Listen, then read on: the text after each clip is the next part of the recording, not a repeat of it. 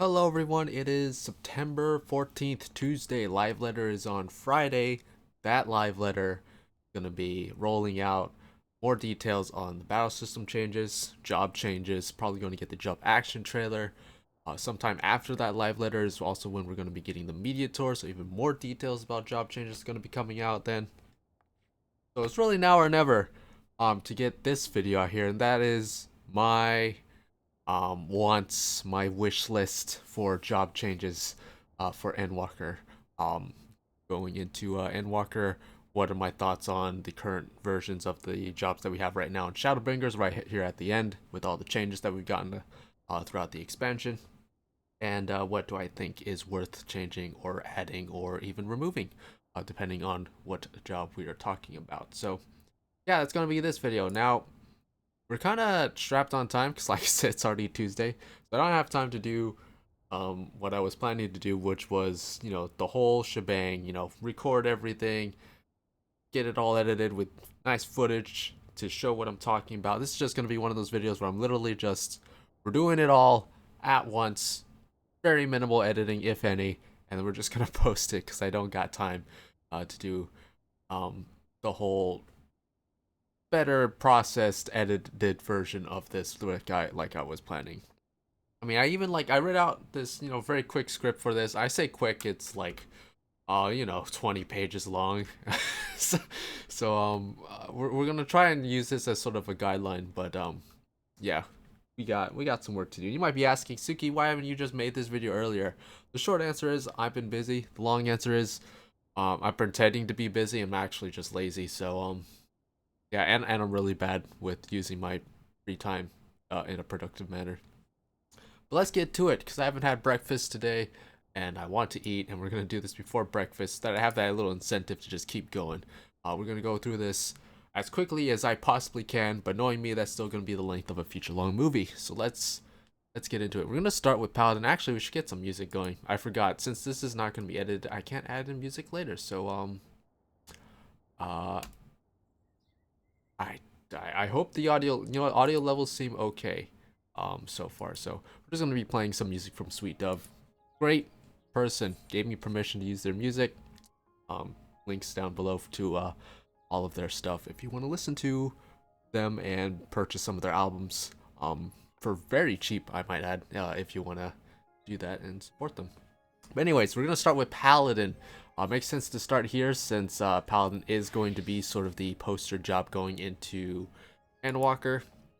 So right off the bat, the core Paladin I actually really like. Like, I know there's some people who don't like that sort of very static um rotation, I guess, of very very deliberate, um very straightforward, not a whole lot of deviation when it comes to that rotation. But I actually really like it. I like going, getting your atonement stacks, then going um back into your dot, going into magic, your magic phase, very brief magic phase. I like it. It's surprisingly fun, despite the fact that it's very static in how it's pulled off. So not really any problems with offense on Paladin. You also have a couple abilities you can weave in there. You got spirits, the spirits within or spirits without. I always forget. Spirits without is the one the enemies have, I think, and then circle scorn as well. So yeah, I actually really like Paladin's rotation. I think it's fine and I have a lot of fun with it. So I hope not too much about it changes, although it would be fun to get some more stuff on it on top of that. Um there's some really weird stuff about Paladin when it comes to their defense that it just seems weird to me. There's some notable strengths on Paladin. For instance, they're the only tank that can block. They have a shield, but I feel like that's probably that having the shield aspect is probably overvalued a bit too much when it comes to balancing Paladin, in my opinion. I don't know, but it is nice to be able to block, but also you don't really get the full strength of blocking until much later. Because I like, as you're leveling, like, you don't get the, like, your block strength is fairly low, and you're relying a lot on blocking to sort of get some of that passive mitigation, right? On top of that, you have access to Clemency, which is brilliant heal. Problem is you need to sacrifice quite a bit to use it. It does break your combo, I believe, if you're in the middle of one of your physical combos. That's kind of annoying. Also uses up your MP. If you're using it during your requisite window, it's a lot of damage you're not getting. Although I'm not sure if this is still the case, but I remember back when Shadowbringers launched, it was actually better for a Paladin to use Clemency on themselves than it is for like a White Mage to stop using their holies, which I thought was pretty funny. But I mean, you are sacrificing quite a bit to use this.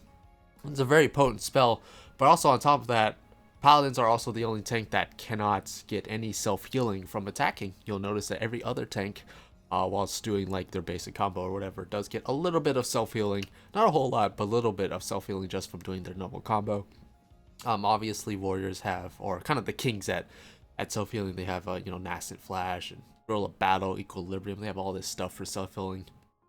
But Paladins are unable to do it because they have the Clemency spell, I guess, which, again, very helpful, but you kind of have to sacrifice a bit of damage and time to really use it. But very, very helpful. And then when you kind of dive into more of their defensive toolkit, I mean, obviously every tank has access to roll action. You know, your ramparts, your reprisals, your arm's length. Arm's length does, you know, if you don't need it for knockbacks, actually pretty useful to use in dungeons. Not a half bad thing to sort of stack with something smaller in case you run out of defensive cooldowns. Cleared my throat a little bit. And then you start looking at, you know, other stuff that most tanks have. You know, most tanks have, like, in this case, Sheltron has sort of short-term cooldown that they use. Other examples like Heart of Stone, I think is it the Heart of Stone? Yeah, Heart of Stone for Gunbreakers. Raw Intuition or Nascent Flash, TBN for Dark Knights, you know, that sort of thing. Everyone has their own equivalent of Sentinel, Warriors being a slightly better because it also has that reflect damage on it. And then everyone has a party-wide defensive cooldown, I guess. And Paladin's kind of weird in that they kind of have to. They have Divine Veil and Passage's Arm, but both are kind of bad in their own way. We'll talk about that. And then after that, you know, they have sort of their own job-specific cooldowns, but Paladins really don't have any of these, you know? And I think part of the reason for that is because they have cover, which, I mean, it's nice, but it's not as good as OP as old cover used to be, you know, because you're literally just taking damage for another tank, and it costs some of your gauge, so it's actually kind of bad to use. I mean, if you're just going to be doing this, you might as well just tank swap, right? And I guess, you know, there's very niche situations where maybe someone's taking damage that isn't the main tank, and I don't know, you don't want to provoke, or there's another enemy. I don't know. Very little places to really use cover, and it being like better than just provoking off of whoever's getting attacked anyway. But then they all, you know, they also have Divine Veil, Passage's Arm, but they don't really have anything else, you know. And you look at other jobs, or other tanks rather, you know, they have things like, you know, Camouflage on Gunbreaker. Warrior has, you know, Equilibrium, Thrill of Battle. Dark Knight has, you know, Dark Mind. But Paladin doesn't really have anything like that. You know, they just kind of have the basics. Oh, and I guess everyone has their tank invuln. That was the other major thing that I forgot about. But yeah, it just feels like there's something kind of missing on Paladin when it comes to like a small cooldown that they should have. And I feel like Bulwark used to take that place, kind of. But, you know, with the introduction of how Sheltron works and Shadowbringers, Bulwark doesn't really have a place anymore, right? Because, I mean, why have a cooldown that lets you increase your block rate when you can just guarantee blocks? And you can technically chain two of these together if you have enough oath gauge to do so, which in a lot of cases you do, because you just build it up passively through auto attacks. So yeah, it's kind of weird. I don't know. It feels like there's something missing on Paladin in that front, but also I do realize they do have cover technically, which is kind of a very niche ability that isn't really that helpful anymore. Then they also have Divine Veil and Passages of Arms, which we should talk about because these are kind of weird. Passages of Arms, I think, doesn't really need to change.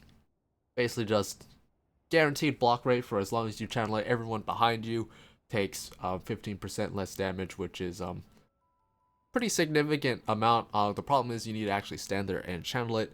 But there are plenty of times in many fights where boss becomes untargetable, does a big attack that does a lot of damage. Perfect time to use this ability because you're not losing out on any damage. And even in the middle of a battle, sometimes, you know, could be a calculated thing to sort of just pop this for a couple seconds, maybe lose a an attack or two, just to make sure that your healers get that little boost of defense on the whole party. It's really nice to do. But yeah, I don't think passive arms needs to change. I don't think it's going anywhere either. Because for one, we've literally seen it in the bookmark trailer. Yeah, the bookmark trailer. Good job, Suki. We've literally seen it in the benchmark trailer, and also we have a statue of it coming with the physical collector's edition, I believe. Warrior of Light doing the passive arms sort of animation statue. The other thing that we do have is Divine Veil. This thing sucks. There's two main problems with it. First off, it needs a heal to trigger. Like, after you pop this, or even is it in my bar? After you pop this, it doesn't actually work until after you get a heal. And actually, I can't even demonstrate this right now because I don't have any party members, because the other stupid thing about it is that it doesn't affect the Paladin themselves. Like, after you use Divine Veil, your party members get the shield of Divine Veil, but the Paladins don't, which is kind of a weird thing. And it's one of those things where it's like, well, you know, they're the tank. They probably don't need the, you know, the little shield that comes off of this. But you look at like Shake It Off, which is basically the same thing on Warrior, except it's just how Divine Veil should be. But you know, if you look at Shake It Off, Warriors get their own Shake It Off, right? I don't even know if I can do this because I can. Yeah, Warriors get their own Shake It Off, and it's just like, and you look at sort of the other defensive party-wide buffs that Gunbreaker and Dark Knight get, which is basically just a reduction in magic damage. You know, they also get, you know, Heart of Light, or Dark Missionary, I believe it's what it's called in Dark Knight. So it's kind of weird that Paladins don't get their own Divine Veil. So if Divine Veil is going to stick around, at the very least, Paladins should also get Divine Veil. It's kind of weird that they don't get it. And also, just remove the healing from it. Honestly, just remove the healing from it and have it be a 10% shield that everyone gets once every 90 seconds. I mean, again, as we already said, Warriors literally have this, but how Divine Veil should be. So if Warriors can have it, Paladins can have it too, in my opinion. Just change the Divine Veil, yeah. And you could even use this as sort of a small cooldown. You know, there you go. I mean, that's how I use it on Warrior sometimes when I'm just doing big pulls on Warrior. So why not, right? As for anything else on Paladin, not really. You know, everything's just kind of in the right place. You have access to Holy Ground, strongest defensive cooldown in the game. It's a really long recast time, but it is undoubtedly the strongest cooldown in the game. Maybe not the best invuln, but definitely the strongest. And yeah, that's really all I have to say about it. Most of my problems lie with like Divine Veil and maybe giving Paladins another, you know, kind of small cooldown to kind of compete. I don't know, it just feels like, especially when I'm doing dungeons, you know, and doing those large pulls, it feels like there's something kind of missing in my toolkit. But I don't know. I mean, I guess I do have Hollowed Ground, which is kind of a nice thing. You know, not every tank invuln's really good for dungeon pulls, I guess. So, I mean, I guess there is that. But let's move on. We'll move on to Warrior next. So, Warrior. Gonna be honest, can't really think of anything to change on Warrior. I am not the biggest fan of Shadowbringer's Warrior by any stretch of the means. Like, I understand what they're going for, with the whole direct crit thing. You know, you got your Infuriates, and then you got your inner releases, just guaranteeing those big, hard-hitting direct crits, single target and AoE when they're both available, right? So I understand what they're going for there. Although the fact that it kind of clashes with what, you know, the secondary stats that basically all the other tanks want. Makes it kind of annoying to play Warrior. And I get that, you know, if you're not really playing Warrior at like the super high level, it's not really that necessary to get a separate tanking set for it. And I don't really bother myself with doing that either, but it is just kind of a slightly annoying. But my bigger issue with Warrior is just that it's not very fun to play for me. I don't know. There's just something about it. Like, it doesn't feel like there's very much to do on Warrior. Like, Warrior is very slow, deliberate hits. You know, very big hits when you can get access to your direct crits, right? But in between, you know, the you know, dopamine that is your direct crits, not a whole lot going on. You have, you know, two basic combos, not even very many abilities to kind of weave in there. Like, kind of weird to say that, because I mean, you look at, you know, Paladin, it maybe has two abilities, right? Circle, Scorn, Spirits Within. Warrior doesn't really, it has a Upheaval, I guess, once you reach the appropriate level. And I mean, I guess you are using your Infuriates every now and then, but I don't know, just Warrior just feels very slow and not very fun or engaging for me, but I understand that some people really like it. Now, one thing that I will say about Warrior is its defensive toolkit is amazing. It is probably my favorite defensive toolkit. Unfortunately, on the job that has my least favorite offensive toolkit, so that's kind of a struggle there. But yeah, I mean, their stuff is amazing. We already talked about Vengeance being just better than everything in its class, you know, because it just has that extra reflect there. Really fun for big tank pulls in leveling dungeons, or I guess just dungeons in general, right? Um, Fantastic self healing with Nascent Flash. Like Nascent Flash, like raw intuition is pretty good, but once you have access to Nascent Flash, you pretty much never use raw intuition anymore, which is kind of funny to me. But I mean, the amount of self healing you get from this is just amazing. Especially when we're doing those big pulls and you just do a couple chaotic cyclones with Nascent Flash up, and it's just, oh, I mean, your healer doesn't even need to heal you at that point. And then also you have like, Thrill Battle Equilibrium, and then all the usual stuff. Fantastic. Home Gang, also fantastic. Only 4-minute cooldown, gives you the basics of what you need in a tank invuln, but it's only on a 4-minute cooldown, so you can use it pretty often, which is a pretty big game changer depending on the fight you're doing, because being able to use Home Gang one extra time can really mean the difference in surviving a somewhat annoying attack that would require a bunch of other prep otherwise. So Warrior, I don't really like playing it, but it's also incredibly solidly made and designed in my opinion. So just add more stuff onto this, and the people who enjoy playing Warrior will continue to enjoy playing it, and I will just play it and level it and maybe play it on occasion and play the other tanks mostly instead. So that's all I really have to say about Warrior. Good job on Warrior. Not really my cup of tea, but it is some people's cup of tea, so just leave it. Now, when it comes to Dark Knight, on the other hand, I know a lot of people like Dark Knight, but I personally think that Dark Knight borrows a little too heavily from Warrior. There's a lot of overlapping on Dark Knight. I mean, you literally have, Blood Spiller basically being Fellcleave. You have Quietus basically being Decimate. And then also you have the Delirium, which is, I mean, it's basically in a release without the direct crits tied to it.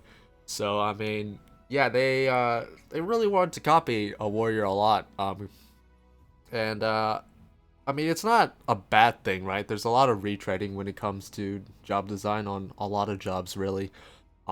Basically, healers are very synonymous with each other, depending with their toolkit.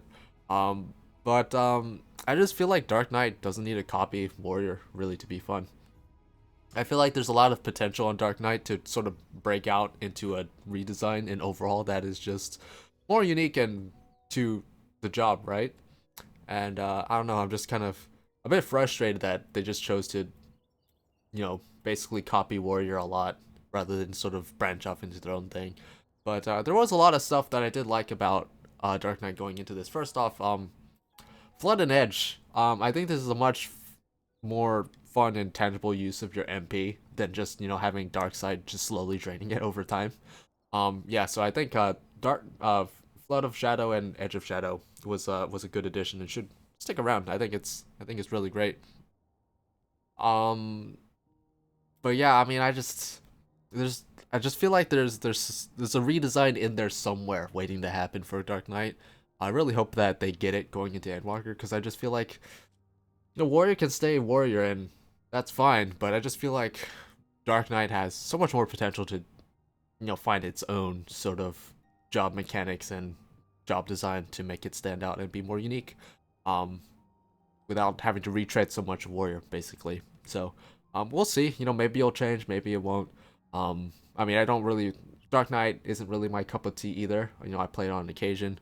I much prefer Paladin and Gunbreaker when I need a tank. But yeah, and I do understand Dark Knight is a very popular tank as well, but I don't know, I just feel like there's a rework in there somewhere, but I haven't really given it much thought because I don't play Dark Knight very much.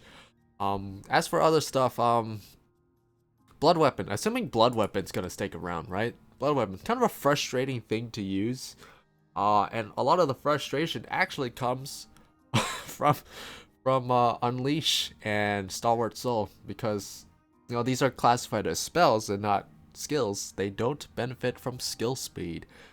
which is kind of a problem when you need to fit in, 5 attacks into your 10-second window of Blood Weapon. So if Blood Weapon's gonna stick around, and I suspect it will. If it's gonna stick around, I feel like just give it the perfect balance treatment. Basically, instead of it lasting for 10 seconds, being, a 10-second buff that, buffs any attacks you use within it, just give you 5 stacks. 5 stacks to use on your next 5, skills or spells, and then, have it give you your gauge and MP on those next 5.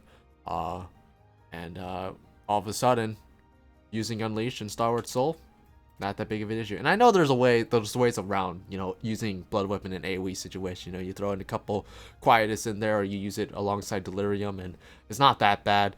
But I mean, it's just an unnecessary thing, especially in the leveling process. It's just a pain in the ass, because you can't even build up enough skill speed to reliably get those 5 attacks. So you're usually only getting 4. So yeah, just give it the perfect balance treatment. Give you 5 stacks to use on the next 5 attacks. And I think that would be really good. Anything else I really want to talk about here? Is there even anything left to say about Living Dead? Like, hold on, like, I've complained so much about this. So many other people have complained so much about this, and it hasn't changed in the last 6 years. So is it ever going to change? Probably not. But, I mean, the problem with Living Dead isn't the fact that it works. That's the thing about Living Dead, is that it works. It's a pain in the ass, but it works. So that's why it hasn't really changed, I imagine, for 6 years.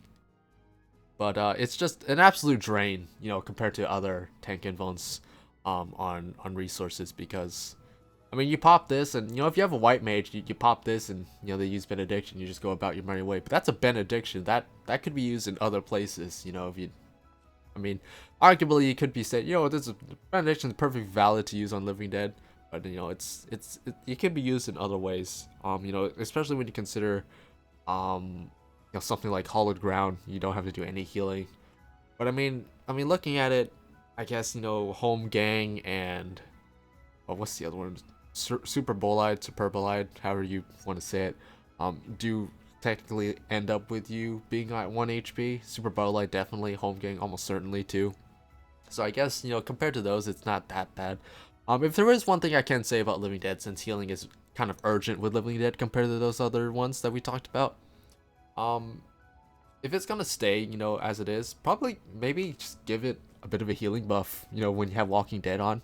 If you're under the effect of Walking Dead, also make it so that you receive a little bit of extra healing as well. I think that would be fine, just in case, you don't have a white mage, or your white mage doesn't have benediction, and it's not just an absolute nightmare trying to get you healed enough so that you don't die. I guess that's the really only thing I can really see adding to Living Dead without just completely reworking it. Just adding a bit of a healing buff whilst you are under the effects of Walking Dead. But yeah. Dark Mind, also, I guess we should talk about. Dark Mind, really great against magic damage, completely freaking useless against anything else. Which, I mean, I guess that's fine, but it would be cool if we got kind of like a camouflage rework to this, where it's like, by default, Dark Mind just reduces like 5% damage or 10% damage, and then the rest of the cooldown is just saved for magic damage. I think that'd be really cool. Not necessary, but cool, especially, you could just use it as a small cooldown in that way, or stack with something else, or it's usable in dungeon pools. Most dungeon enemies aren't magic damage. There's a couple in there, but for the most part, not really. They're usually physical damage, so yeah, I don't know. Really nice, not really necessary. I don't know. Big thing when it comes to Dark Knight is really just rework Blood Weapon. I think we should definitely see that change. That's a good change. Definitely make that happen, but also I'm kind of hoping that we get a sort of a overhaul rework of Dark Knight's sort of offensive kit. But we'll see what happens very soon, actually. Move on to Gunbreaker. I really like Gunbreaker, gonna be honest. I really like Gunbreaker. I don't think there's anything that really needs to change about Gunbreaker's job design on a whole. It is fun. It is really fun. It feels like a DPS, honestly. Like, I used to think that about Warrior back in like Heavensward Warrior, but with Deliverance and everything. But now, yeah, this feels like a DPS, honestly. Like, if you were to just take out the defensive bits of this job and just add in like more offensive bits to it, I could definitely see this just being a DPS class. um, but it's really really fun. I really like it. There's not really anything I would change about it. The only problem I have with Gunbreaker is its sound effect, its sound design. It's awful. And I mean, for those of you who didn't play Gunbreaker, basically from like the very short period, there's like a month period from like launch to like patch 5.01, I think. Its sound effects were much different, much cooler in my opinion. I don't know. Apparently, like looking at the forums, going back looking at the forums that were posted around the time, there are apparently people who complained about the sound effects on Gunbreaker, which is just insanity to me. But they complained that it just, for various reasons or another, it didn't sound, good to them for some reason. To the point where apparently enough people complained that they decided to change the sound effects. And it sounds awful in my opinion. It doesn't sound like you're swinging a sharp blade at all. It sounds like you're swinging around a club, which would be fine for a club job, but we're literally using a blade that has a gun attached to it. So hearing slicing sounds and gunshots should be something you expect to hear, not whatever the hell we have nowadays. And yeah, it's really disappointing, the sound design on Gunbreaker nowadays. And I get that it's kind of a polarizing thing, because there's some people who enjoy it, some people who don't enjoy it. So I mean, it's really like you can't please everyone. I guess it's just simpler for them to just keep things the way they are rather than try to revert it and please the other half that didn't like the change. So I don't know. It really sucks because I hate the sound design on Gunbreaker in comparison to what we used to have before. Which I'm sure you can go look up videos. Like I'm sure like definitely it's there in the job action trailer. There's like lots of music in the background, but if you go look at the job action trailer, I think Gunbreaker is like the first job that they showcase in the Shadowbringers job action trailer. But if you go listen to those sound effects and then compare them to what they are now, I mean, you be the judge basically. Again, it seems to be kind of a polarizing change. There's some people who really love launch sound design like me, but there's also some people who just don't like it apparently. So can't please everyone, and unfortunately, it's just gonna be how things are. Unofficial capacity. There are technically some ways around it that are technically against terms of service. So not gonna really say much more than that. But in official capacity, we're just kind of stuck with what we have, and it's kind of disappointing. But that's literally my only complaint about Gunbreaker. Everything else, defensive toolkit wise, is great. Aurora is great. Superbolide or Super Bolide, basically. Hollow Ground Light reduces your health to 1. Kind of annoying. I know there's plenty of memes of people getting healed to full and then Gunbreaker using Superbolide and wasting all that healing. But if you use this in a planned manner, it is fantastic. It's kind of a mix between Home Gang and Hollow Ground, nice sort of middle ground there. So it's really useful. We talked about camouflage. Again, kind of a shining highlight of just kind of a small job-specific cooldown that's just kind of nice to have, that's just there, but, isn't very strong, but, you stack it with other things when you need something stronger, or you just use it by itself to do a little extra mitigation in between, all the big hits. I wish more jobs had stuff like this, like I said, Dark Mind could be reworked to be something like this, and Paladin could use something like this as well, I think. But, yeah. Really fun. I really like Gunbreaker. Don't like it pre-70, if I'm being honest. It feels like it's missing something when you don't have continuation. But 70 up, fantastic. A lot of fun. My favorite tank, if the sound design was launch sound design. But I guess, with the current sound design in mind, I guess my favorite tank would then, I guess, default to Paladin. But yeah. As long as I have, if I could have the launch sound designs, that would be amazing. But I'm not holding my breath on that, honestly. Okay, we got through the tanks. How long did that take? About half an hour, so quick drink here. Yeah, another hour and a half to go. Let's let's just power through these, right? Melee DPS. Let's do melee DPS next. Dragoon. Here we go. Let's see. What do I have to say about Dragoon? Honestly, I like Dragoon a lot. I don't know. I kind of like Dragoon a lot in Stormblood too. I just didn't play it very often. I didn't really like it in Heavensward. I really liked it in A Realm Reborn. Um, it's just kind of all over the place. I really liked it in A Realm Reborn. Didn't like it in Heavensward. Which is rare for me to say I didn't like a jobs design in Heavensward because I usually love Heavensward job design a lot. But Dragoon was an exception there. I don't know. I didn't like having to race against your um what is it? Is it Life of the Dragon or Blood of the Dragon? Which one's the blue one? Yeah, didn't want to have to Blood of the Dragon. I didn't like the feeling of kind of racing to keep Blood of the Dragon up. They made that easier going into Stormblood, which is why I liked it better. And then going from Stormblood to Shadowbringers, they basically just added a bunch of extra stuff and made it better, in my opinion. I feel like anyone who's ever Dragooned is know what I'm gonna say here. Disembowel. Like, why? Just why can't we refresh this with our AoE rotation? Like, it's really weird to me. Like, I mean, they let us refresh Blood of the Dragon with our AoE rotation, thankfully. But when it comes to Disembowel, for some reason we can't. Which is really weird and bizarre because basically every other job that has a buff to be maintained, you can upkeep with your AoE rotation, right? Samurais with Jinpu and Shifu. Twin Snakes with whatever it's called, Fourfold Flurry. Even Warriors with Mithril Tempest can keep up Storm's Eye. So yeah, kind of weird that Disembowel can't be refreshed with Quarthan Torment or Sonic Thrust. Just add that on there. Just add it on there, please. I think when they told us we were gonna get like buffs for Dragoon in patch 5.5, we were all thinking, oh yes, finally we're gonna get Disembowel. But no, they just added like 10 more potency to a couple things. So yeah.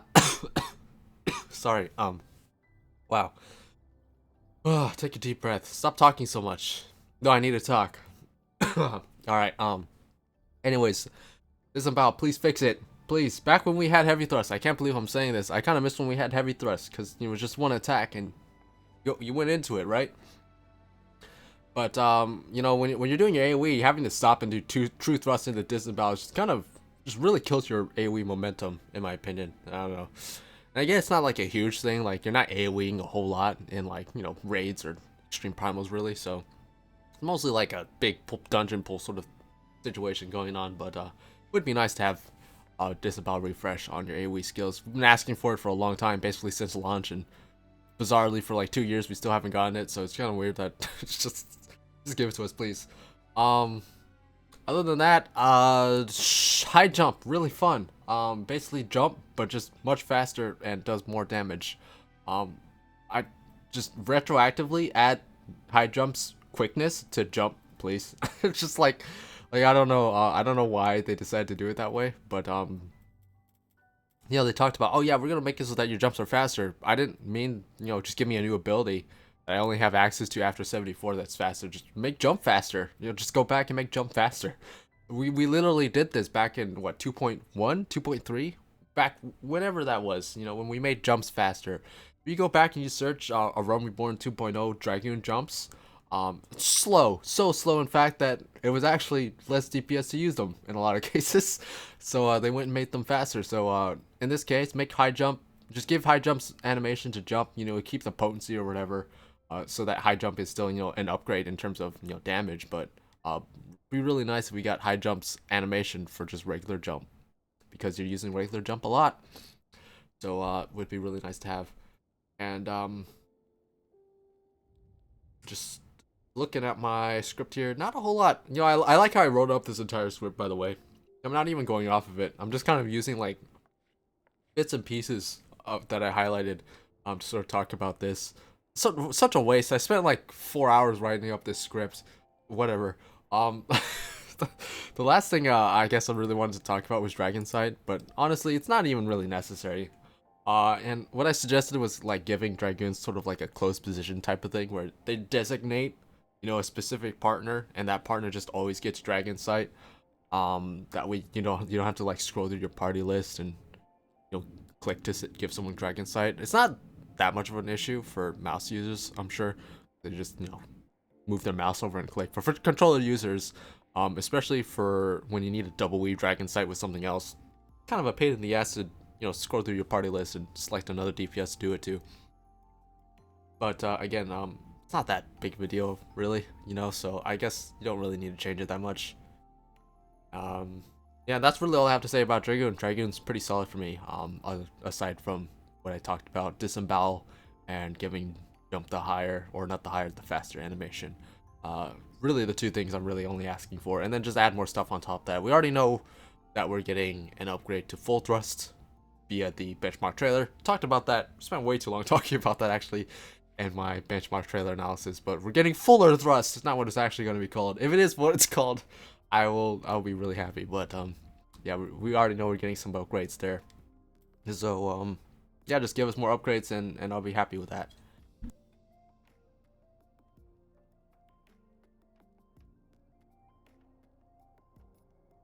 Okay, I cleared my throat again. Hopefully we can get through this without coughing some more. We can move on to Monk. Okay, Monk. It really sucks that I don't have time to edit out all this coughing and pauses and all that stuff, but whatever. We're used to it by now. Monk. Monk's in kind of a unique position, because it actually just did receive a pretty big overhaul not too long ago. What was it? Patch 5.3, I think, right?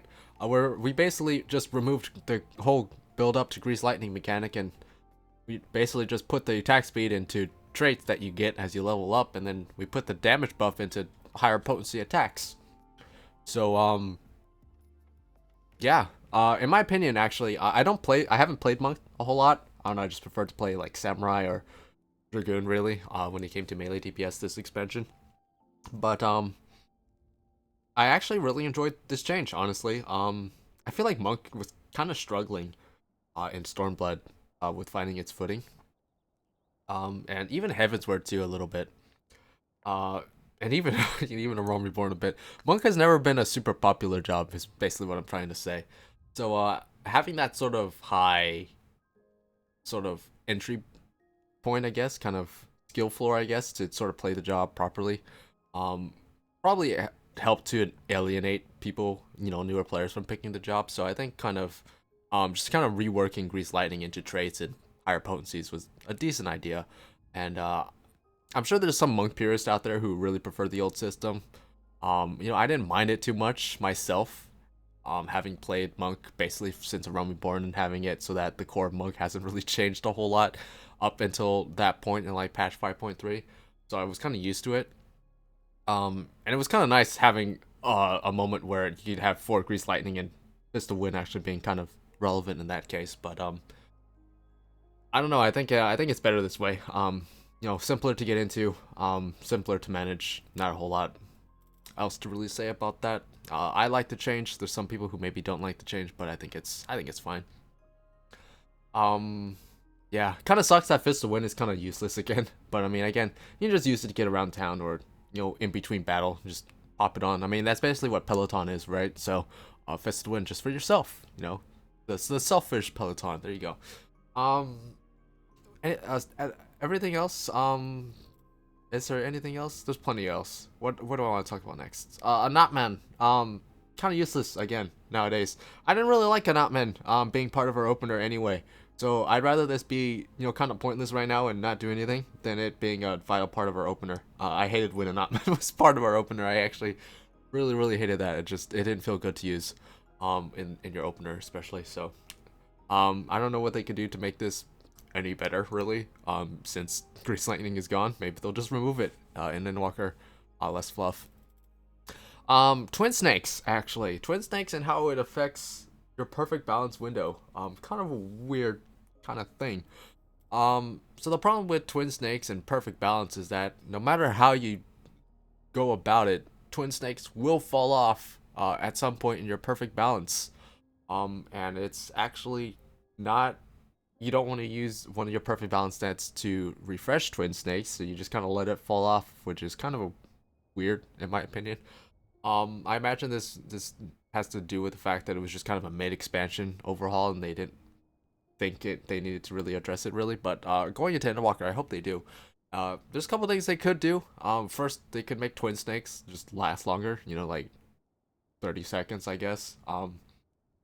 That might be too much. I don't know the exact number, but they just make it last longer so that you can get off all your perfect balances and then refresh twin snakes as soon as it's over, and then just kind of keep going with your rotation there. If they do extend twin snakes, that also opens the door back up for more true strikes. You know, in between having to refresh twin snakes normally, or twin snakes normally, which I think that's fine as well. You know, I don't think there's anything more difficult about using true strike instead of twin snakes when you have enough time on true strike, or goddamn, on twin snakes. Another thing they could do, they could just have it so that perfect balance pauses twin snakes' degradation. You know, just makes it so that it freezes the timer. That's an option. They could have it so that every hit in perfect balance increases twin snakes duration by like 2 seconds. That it's, you know, you keep refreshing it as you kind of go along your perfect balance, and then go along your merry way once it's over. That's another option. Or they could just not address it at all and just keep it the way it is, and it just be kind of weird that twin snakes falls off in the middle of perfect balance. I mean, I guess that's also an option. But as it is now, I mean, basically you pop perfect balance. You make it so that you set yourself up to do 3 dragon kicks and 3 boot shines. It differs depending on your pre-rotation going into it. But yeah, I don't know. And yeah, I don't know. Increasing twin snakes' duration on the whole could have some effect on the sort of the pre-rotation going into perfect balance that I'm just not thinking about, you know. But I don't know. I'm sure they could work something out and make it so that twin snakes and perfect balance harmonize a little bit better. I guess we'll see. What else is there? Six-sided star. There's an ability. Six-sided star. I just realized, by the way, that my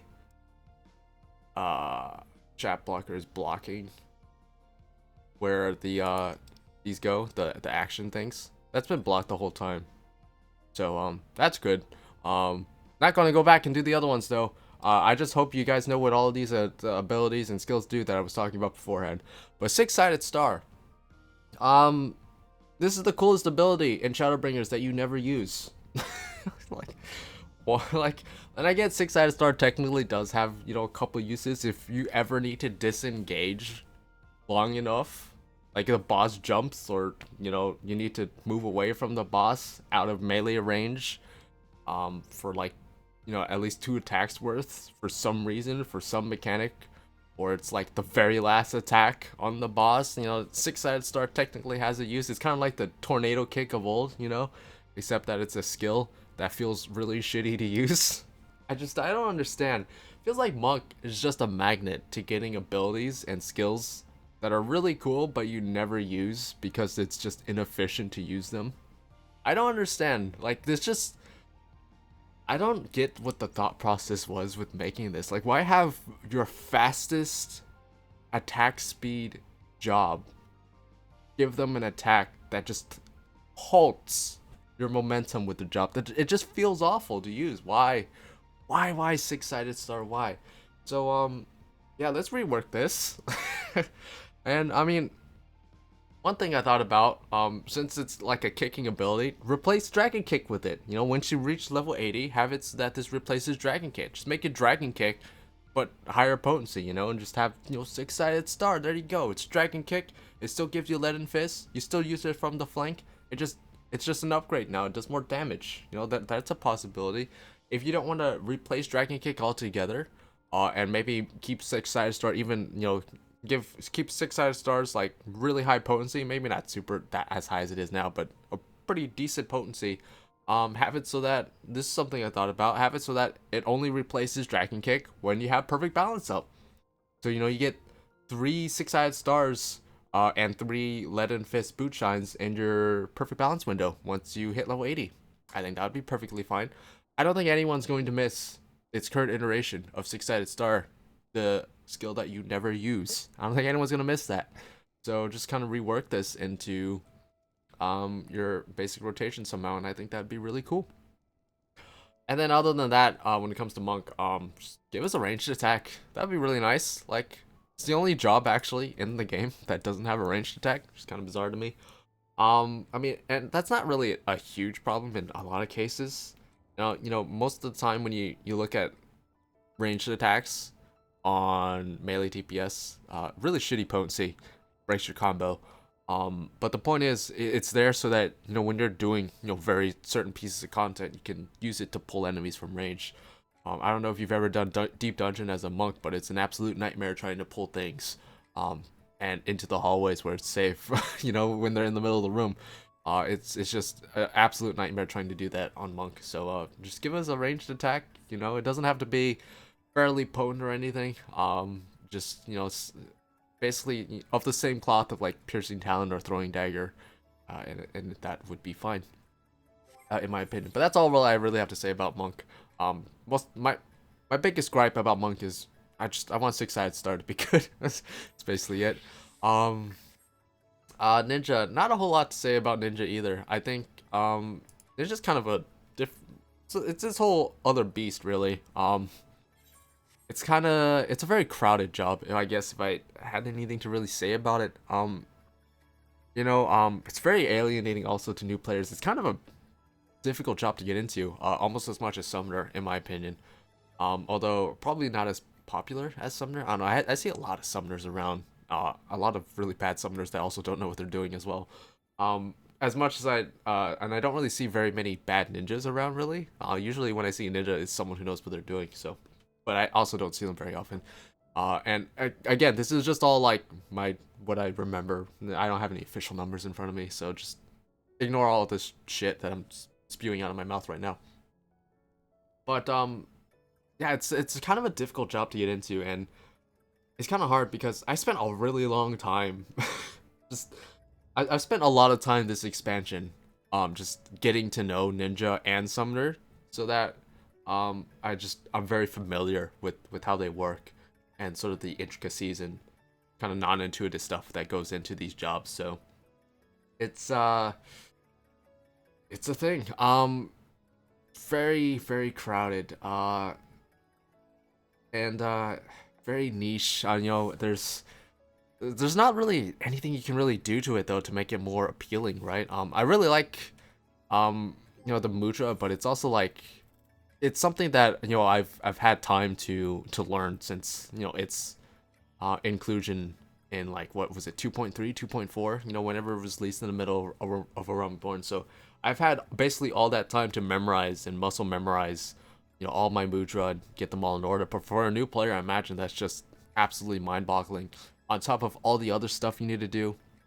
But it's kind of a, once you get a hold of it, pretty nice job. If there's one thing, I feel like their melee attacks don't have a whole lot of weight to them. I mean, they have pretty decent potency. 420 potency, blaze it on Aeolian Age. Actually, it's 480. Never mind, 420 is just the normal one, so not blazing it. 480 potency when you do it properly from the rear. That's a lot of potency on a melee skill. But again, it's just there's something about the animations and the sound design that just it doesn't feel like it has a whole lot of weight to me. But again, that's more like just personal thing, It's not something a complaint everyone's gonna have with Ninja. So it's not really something I want to focus on. But it's just design is really solid.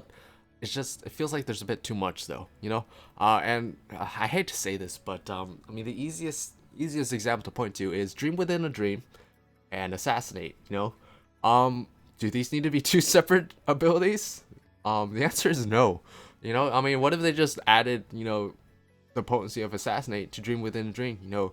Compensate for the fact that this is a guaranteed, critical direct hit, and then just add, like 250, 300 potency extra to Dream Within a Dream, and then you only have to use one of them. You can't use Assassinate without using Dream Within a Dream first. Why did both of these need to be here? And I hate to say that because these are among some of the cooler, animations in the game, for melee DPS or just melee jobs in general. Assassinate and Dream Within a Dream. Very visually appealing to look at. And I hate to see one of them go, but it's just like, do both of them need to exist?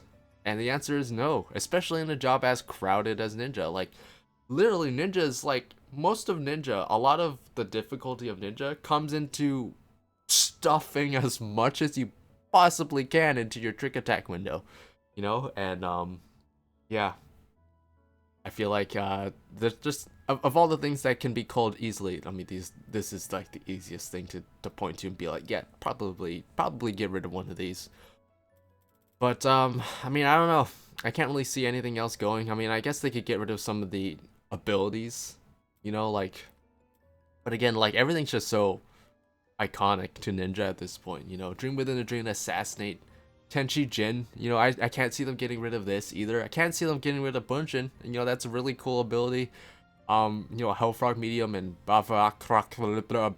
B Balava, you know. They have their place with the gauge, and you know, without removing the gauge entirely, you know, it's like, what do you do? I mean, they could remove the gauge entirely and just not have these, and then just put like, you know, Bunshin on a cooldown and call it a day, and not have the Ninki gauge. But I mean, is that necessary either? You know, so it's like, I don't know. It just feels like Ninja's really crowded in my opinion, but also, I think it works. You know, it's just. I worry for newer players trying to get into the job that it's not very inviting. But again, not every job needs to be inviting. You know, maybe it's fine having classes like Ninja, like Summer, that just require, you know, a lot of work and effort to sort of learn the job. But once you learn it, you know, you have it down and everything just kind of clicks together, you know. But I don't know. I guess at the end of the day, don't change Ninja, you know. Just fucking get good. There you go. That's all you need to say. Also, demonetized. I said the F word. Shit. Well, might as well just go all out and say everything else. But yeah, I don't know.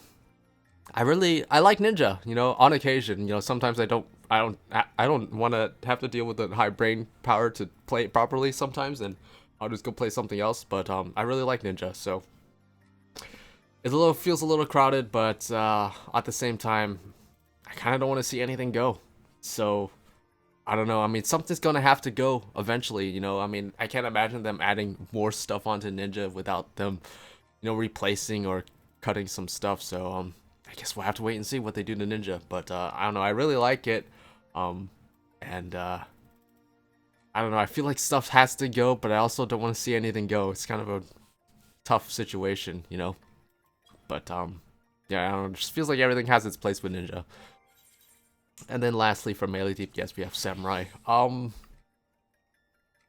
Yeah, not a whole lot to say about Samurai either. Samurai feels great.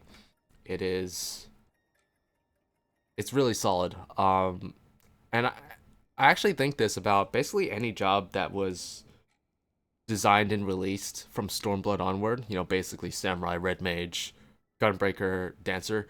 Designs have been super solid, and I think it goes to show the fact that none of those jobs have really, well, I mean, we haven't really had a chance with Gunbreaker or Dancer yet, but none of those jobs, but Samurai and Red Mage didn't change that much going into Shadowbreakers. I think says a lot about the job design of these jobs, that they really nailed it the first time. I mean, Samurai struggled a bit with its power level, you know, maintaining its sort of power level throughout Stormblood, but throughout Shadowbringers, I feel like it's maintained its proper level throughout the expansion, which is a good thing, because it should have that really high DPS number if it's not going to have any raid buffs or anything attached to it. So I think they've nailed that. Job design, they haven't changed a whole lot. They added in a couple new stuff, like you have Shoha and Tsubame. They didn't really work, you know, their launch counterparts didn't really work. And they changed that, you know, fairly quickly. So, you know, they made it so that Tsubame was an instant casting, and then they made it so that Shoha was something you kind of built up as you used Iijitsu skills, rather than sort of a meditate sort of thing where you just kind of hold it and then you have it, you know, very rarely on occasion you have a Shoha used every now and then. But I think that was really fun redesign of Shoha. Really glad they did that. I think it adds quite a bit to Samurai actually, so I'm really glad that they changed Shoha. Would it be nice if Shoha was more useful for an AoE situation? But who knows, maybe we'll see changes to that. Maybe we'll get an AoE version of Shoha. That was one of my predictions for what we did see from Samurai from the benchmark trailer. We'll see soon enough. Yeah, it's really exciting actually. I haven't really talked about it since I've been so busy with doing the video, but it's super exciting. You know, we're actually this information is like official information. It's just a few days away. It's why I'm rushing to get this video done. But yeah, not a whole lot to really say about Samurai. One criticism I have about Samurai is actually Hakagure. Now, they kind of made this shift, right, where they made it so that rather than having to, purposely get rid of your Sen to use Hakagure and get your, your 60 Kenki, they just gave us Iki Shoten instead, which gives you 50 Kenki every minute, and you just 50 free gauge basically once a minute, which is fine. And they kind of, took focus away from Hakagure, but they left it in there, for us to, get rid of our Sen if we needed to. But ironically enough, despite the fact that they wanted to move focus away from Hakagure, actually made it so that the job, the addition of Tsubame basically, and also the existence of Meiko Shushu as well, made it so that you still have to use Hakagure, depending on your skill speed basically, and there's guides out there. Balance I think has guides up there showing you depending on your skill speed and no breaks in the fight or whatever, this is how many Sen you have to sacrifice, or this is how many GCDs you have to sacrifice using Hakagure, so that you keep Tsubame and Shisui aligned, so you're not wasting them. You're not just sitting on them. So it is kind of funny that despite their efforts to sort of take focus away from Hakagure and giving us Iki Shoten, that we still have to use Hakagure, and they've arguably made it actually more difficult. In a sense, to play Samurai, kind of at that higher level, with having to use Hakagure properly. But and to be fair, to be clear, I'm not saying that it shouldn't be like this. You go back and fix it. I'm fine with that sort of higher level play and higher level use of Hakagure. My issue actually is I just kind of went on a bit of a tangent. But my issue is actually you get this way too late. Hakagure, I mean, it's really annoying. From like 50 onwards, when you can start getting Sen basically. It's really the level range between 50 and 68 when you don't have Hakagure is just really frustrating. When you're doing dungeons or alliance raids or just basically any content where you're not just doing a continuous fight and then it ends. Really frustrating to deal with just Sen in your gauge at the end of a battle, and then going into the next battle with a weird number of Sen, and then having to get up your Jinpu and Shifu buffs, and then that complicates things even more. It's really messy. So my proposed change to this is not even really a change. It's just at level 50, give us an ability that just empties our Sen. Just empties it. You don't get any Kenki for it. Just give us an ability to empty it, which was something that we kind of had on Astrologians, right? Like you have Undraw, which is shitty. Never use Undraw, but it is technically there. So just give us an empty Sen ability that just gets rid of it. Like back when we had Royal Road, we had an empty Royal Road ability, right? For Astrologians. I think we did, right? Was that a Stormblood only thing? I'm pretty sure we did. Right? Right? We had one of those? I'm pretty sure we did. I might be misremembering. But just give us empty Sen, and that would be at level 50. And then at level 68, have empty Sen upgrade to Hakagure, and there you go.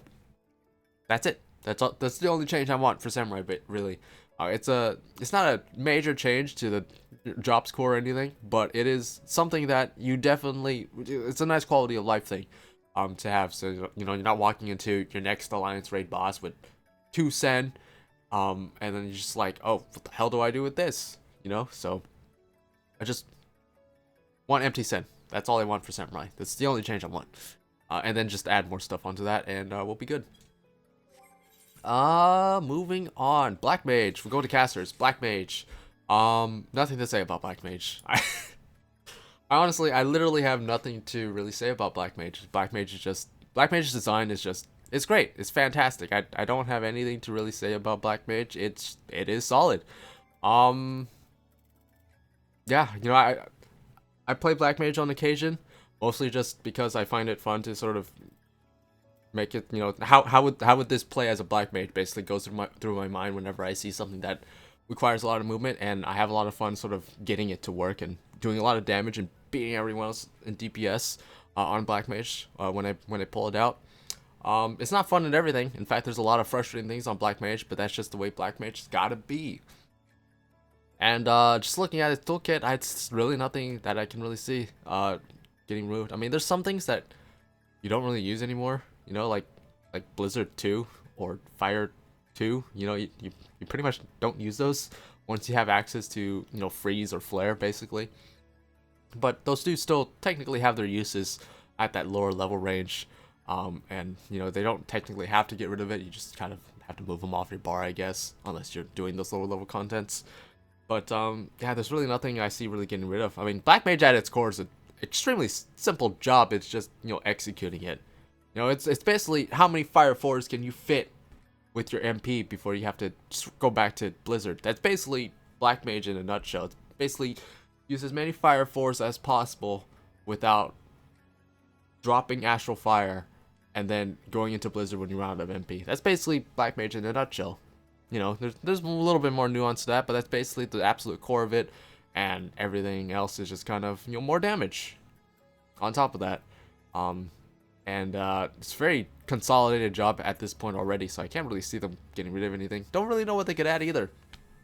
So I don't know. I guess we'll have to wait and see. I don't know what they could possibly add to Black Mage without it feeling overcrowded, but I'm sure they can work it out. I mean, it's Yoshi P's, you know, main job, so I'm sure he has a lot to say when it comes to designing this and making it flow properly. So, Red Mage, also skip, really. There's nothing to say about Red Mage either, if I'm being completely honest, because there's nothing I really can think of to change about it.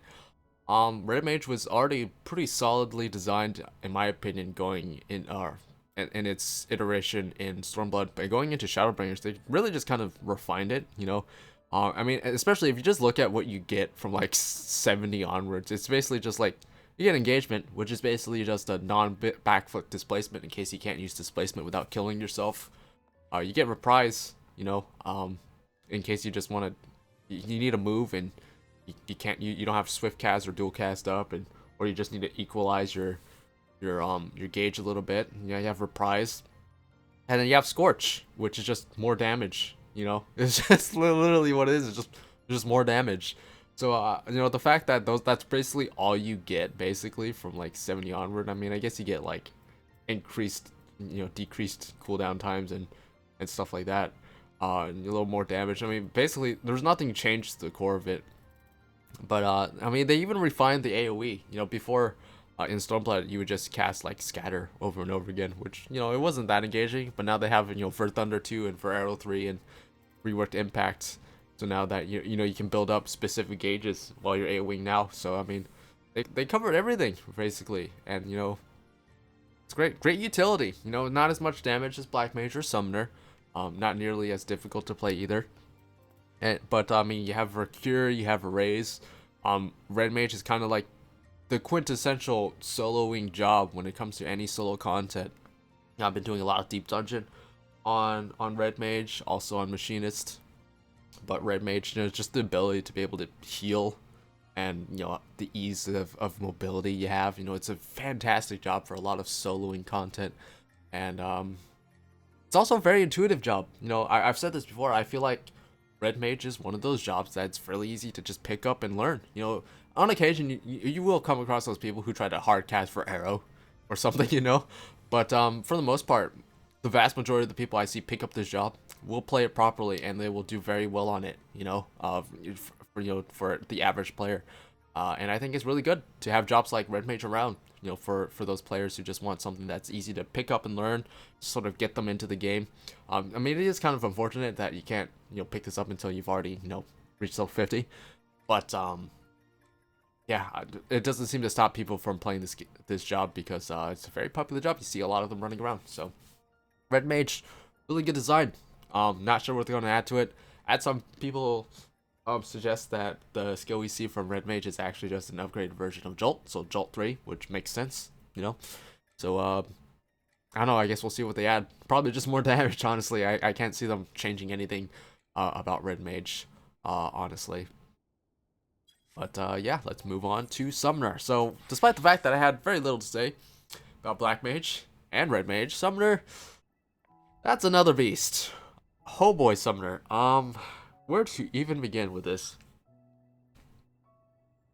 Okay, so I think a lot of us are kind of expecting, hoping, really, that they do something to pets, you know, and this goes for Scholar as well.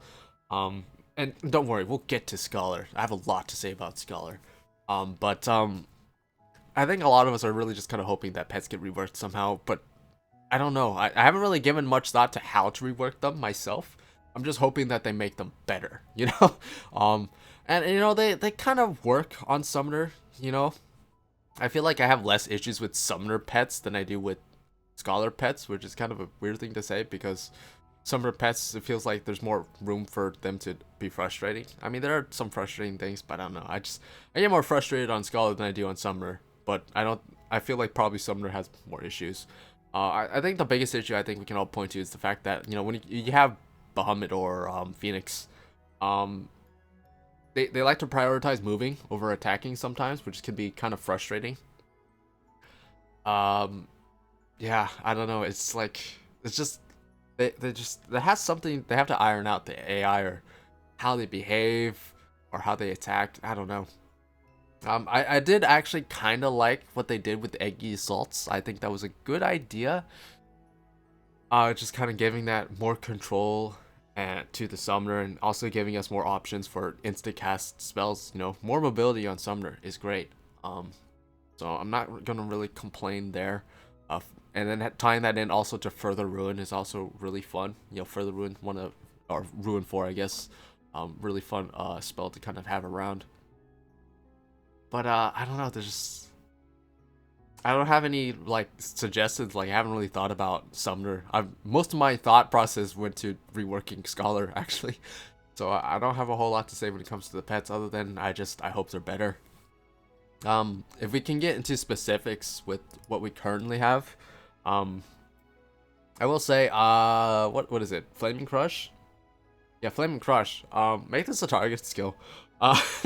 I'm sure there's plenty of scholars, or not scholars, summoners who've had Ifrit Eggy out, and they go to, you know, push Eggy Assault 2, and they see Ifrit Eggy do Flaming Crush and hit absolutely freaking nothing. And also, because they don't hit anything, on top of losing that damage, you know, no enemies around them, they'll just use Flaming Crush, and there's nothing to hit. If they don't hit anything, I'm pretty sure you don't get it for the rune stack either, so that sucks. So make this a targeted skill, and that will hopefully alleviate that. You know, make it basically just like was Inferno, right? Make it Inferno, but just Flaming Crush, less damage. Yeah. I think the Auk Morning Guide had something to say about this, but also giving Ifrit Eggy a gap closer with, like, just build that into Crimson Cyclone, I guess. I'm all for that too. That sounds like a great idea. There's a lot of times when the boss, you know, jumps, you know, from one side of the room to the other, and then yeah, I kind of have to just see Ifrit Eggy kind of meander around to sort of get back into position to melee range to sort of start attacking the boss again. So I guess it would be nice to have a gap closer for Ifrit Eggy in particular, since that is a melee pet. So kind of stole that from the Auk Morning Guide. I did also, I should have mentioned this off the top, but it also, I mean, plenty of people have probably have put up their, you know, job wish list guides already, you know, probably well in advance than from what I did, but I haven't actually looked at any of them. Part of the reason for that is so that I don't overlap too much with their thoughts. So but I saying that, I did just steal something from someone else. I did try not to overlap with other people. So if there's a lot of overlapping ideas, just know that it wasn't on purpose. I didn't mean to steal their ideas. So let's move on. Now I will say this about Summoner. AoEing feels terrible to me, in my opinion. And I feel like, I don't know, I haven't gotten a whole lot of other Summoners' opinions about it. But AoEing just feels off on Summoner. I never have fun when Garuda Eggy is out on the field. It just feels off to have to AoE on Summoner. And a lot of that has to do with the fact that I think that there's just too much.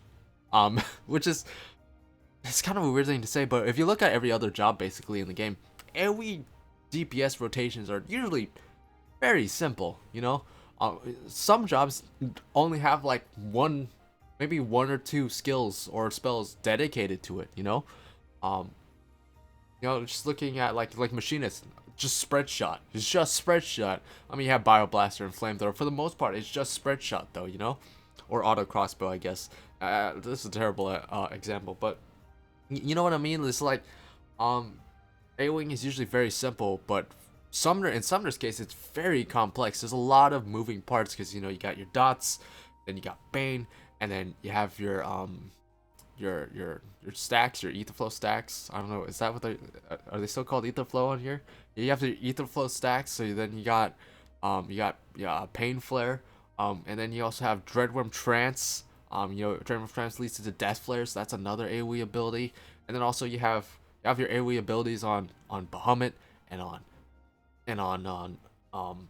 Phoenix, you know. So you have like Akmorn, and then what is it? Is it Revelation on Phoenix, and then you also have Outburst when you don't need to do any of the other dozen of things that I just said, and it just and then also I forgot Garuda. When Garuda's out, you have to manage her, you know, her abilities. It's just so much, you know. There's so much to the point where it doesn't feel fun, you know. Which is a weird thing, because usually the complaint is, you know, AoE, it's too simple. But with Summoner, it's actually the opposite. It's just too much. There's too much. But I mean, also it's like, what do you get rid of? You know, because Pain Flare needs to be there, because if you don't have Pain Flare, what else are you using? You're using your 8th flow on. You know, Outburst needs to be there, because if you don't have anything else, you need to have something to cast. When you're just gonna cast Ruin 3, that feels weird. Bane needs to be there. On top of that, Bane's damage fall off is so much, so severe. 60% reduction for your dots on everything else. I mean, I kind of wish they would do like the stagger thing, you know, that they used to have back in Stormblood, where it's like, you get 85% potency for the second enemy, you know, 75% for the third enemy. That way, you know, if you're using Bane on just, you know, another target, it's not, you know, it's not terrible feeling, you know. You don't feel like you might as well just, you know, dot everything manually yourself, you know. And, you know, Bane's power is just so bad. I don't know, it's just so much. And then also there's Energy Siphon instead of Energy Drain, you know, when you needed, you know, hit more than 3 targets, I guess. You know, it's just so much. It's overload. And I guess some people might actually like that, but for me it's just too much. It's too much. So I don't know. And looking at it, there's not much you can get rid of. It's kind of the same thing with Summoner as it is with Ninja. It's just, it feels like it's so bloated and crowded, but everything also has its place, like it needs to be there, you know. So it's hard to pinpoint one thing and be like, this has to go, right? Like even Titanegi, you know, he's still around for some reason. You never use him other than like when you're leveling, I guess, maybe, or when you're doing some solo content. But it's really terrible using Titan, you know. Just like, why would you use Titan when you just use Ifrit, you know? But he's still around despite the fact that, you know, he's kind of useless now. You know, it used to be like, you know, Titanegi, you know, you use him if you needed him to tank something, and in that regard, if you're soloing stuff, he was kind of useful. But now it's just like, when you're soloing things, it's like, just use Ifrit. You know, I will say I did use Topaz Carbuncle when I got him in between getting Ifrit for those 15 levels. But that's about it, you know. Yeah, I don't know. It's the same thing with Ninja, where it feels crowded and bloated, but there's not really anything you can get rid of without the job starting to kind of have holes and fall apart, you know. So I don't know. Really hard to talk about Summoner, really. There's something like I mentioned this before. Garuda Egi feels terrible to use. What is it? Is it Slipstream? I wish Slipstream was just a dot that just applied to enemies rather than a grounded AoE thing. Also, I mean, I know I just talked about the fact that there's way too much stuff on Summoner, but I do miss Shadow Flare. I wish Shadow Flare Summoners had Shadow Flare back, in place of, you know, Slipstream. But I don't know. It's crazy. So that's the thing about Summoners. I feel the same way about Summoner as I did about Ninja, is that there's a lot of stuff, but it just works. You know, when you finally wrap your head around and you train yourself and you learn how to play Summoner properly, it just works. It just works, and it feels really good to play at a high level. When you have everything and you understand how everything works and everything, it feels really rewarding in that aspect because it's so difficult to wrap your head around. You know, it feels kind of insurmountable when you're like when you get Summoner and you're like, I don't know how this all fits together. But when you finally practice it and you get it down, and one of the most rewarding jobs to play, single target, I should say. I hate AoEing on Summoner. I will I will not budge on that fact. It feels awful to AoE on Summoner. That's why I don't really like playing Summoner in dungeons. But when it comes to, like, you know, I did some like Savage and some Primals, some EX Primals on Summoner, on my other character on Luana. And it felt great. I loved it. You know, I much rather prefer Summoner over playing Red Mage or Black Mage in those sort of fights. It felt really, really good. So I don't know. I guess I reserve judgment. I'm not experienced enough to really have anything insightful to really say on Summoner, I guess. And I'll just leave it at that. I really hope they rework pets to be less frustrating to use, I guess, but I don't know. I leave it up to them. You know, whatever they do, hopefully they don't make Summoner unfun in Endwalker. I hope that's not the case, but yeah, I don't know. I really have nothing else to really say. I mean, the fact that I don't like AoE doesn't mean other people, you know, don't like it. So I can't just selfishly say, oh, just make AoE simpler, you know? So I don't know. I felt like I kind of rambled on with Summoner, and I probably just cut Summoner and just said I wasn't experienced enough to talk about it. But yeah, too late now. I already talked about it. So let's just move on to jobs that I'm more experienced on to really talk about. We're gonna start off with physical range DPS next. We're saving healers for last. I have the most stuff to say about healers, so physical range DPS are next, starting with Bard. Really like Bard.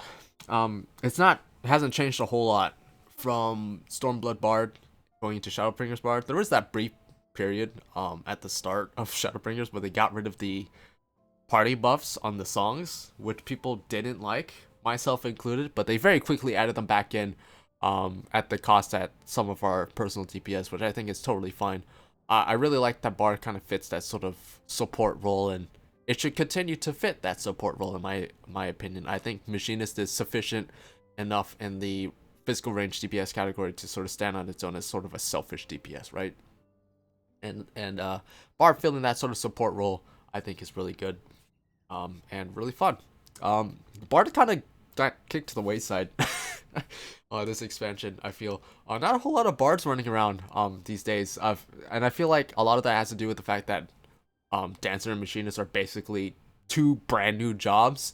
I know Machinist has been around since Heavensward, but it's been basically reworked into a completely different job every expansion so far. So it was kind of like having two new jobs in the physical range DPS, to the fact, and Bard being basically the same as it was in Stormblood. It just kind of, people kind of gravitated to the two newer, fresher jobs in this role. So, but that's not to say that Bard wasn't fun or designed well. I think it's designed very well, in my opinion. Really fun to play.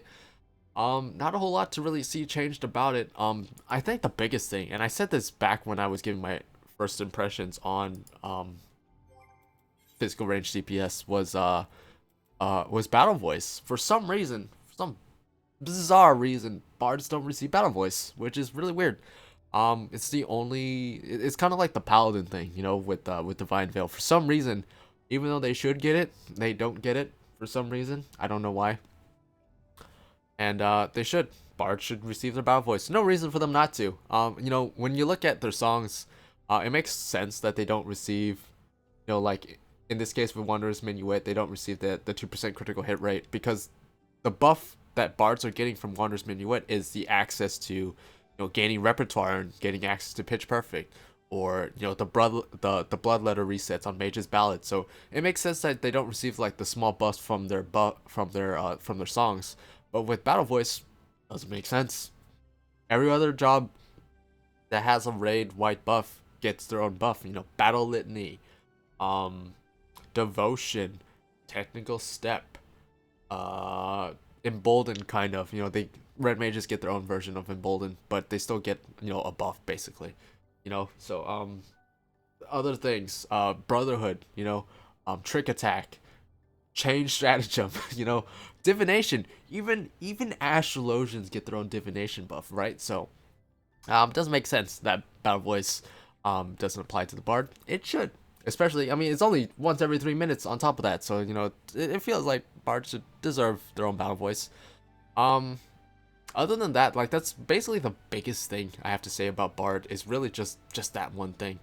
There are a couple of other things that aren't really necessary. Like one thing is pitch perfect with Wanderer's Minuet. It'd be kind of nice if you had leftover repertoire stacks from Wanderer's Minuet once it wears off, that you could just hold on to those to use with your next pitch perfect. I don't know how they'd really do that though. That sounds like be kind of a nightmare to design, and also on the player side even too, because basically as soon as Wanderer's Minuet has ended, you're basically already singing Mage's Ballad, so how would you hold on to those stacks to use for your next pitch perfect, So it's just, I've just kind of let go of that idea. I'm just saying it would be nice if, in case you had extra stats that you got like literally last second as Wanderer's Minuet was wearing off, or you already used pitch perfect and then you all of a sudden got another 2 stacks, right off the bat. It'd be nice if we could somehow use those stacks somehow, but I don't know. It's just kind of a thing with bard that you just kind of have to deal with. Another thing I did talk about, I think back when I did my first impressions on bard, was stacking straighter shot procs with Refulgent Arrow, because there is a trait that you get in Shadowbringers. What is it? Which one is it? Straight heavy shot mastery, is it that? Where is this? Ah, yes, this one, Bite Mastery, where if you use Stormbite or Caustic Bite, there's 35% chance you get straight shot ready, and it's not uncommon, considering that you have to open with both Stormbite and Caustic Bite before you start using heavy shot, to get 2 straight shot procs, before you have a chance to use Refulgent Arrow, when you're having to dot a new enemy basically. So it would be nice actually to be able to stack Refulgent Arrows or straighter shots, if you could, sort of further ruin style, I guess. Not necessary, but it would be nice to see, just so you're not wasting some Refulgent Arrows when you're having to dot stuff first, you know what I mean? But again, it's not super necessary. Would be nice, but yeah, what can you do?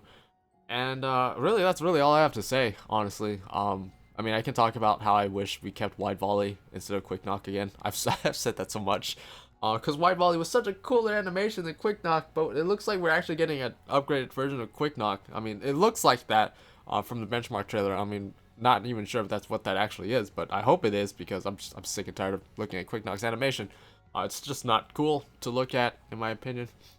But that's really all I have to say about Bard, really. Pretty good design. It was a solid design back in Stormblood. Going into Shadowbringers, not a lot changed, because not a lot needed to, because it's solid. Really happy with Bard. Moving on, Machinist. Yes, Machinist. I have to say, in terms of unexpected surprises, I think Machinist is really up there with Shadowbringers for me. Machinist's job redesign is just an absolute win for everybody. There's a part of me that kind of misses, Heavensward Machinist and Heavensward Bard. Absolutely no one misses Stormblood Machinist. No one misses that. But Machinist and Shadowbringers, just chef's kiss. It's so good. It is so good. Basically, the unofficial third new job of Shadowbringers, right? I feel very confident in saying that it is basically an entirely new job than what it was in Stormblood. It's super fun. I don't know how they managed to do it.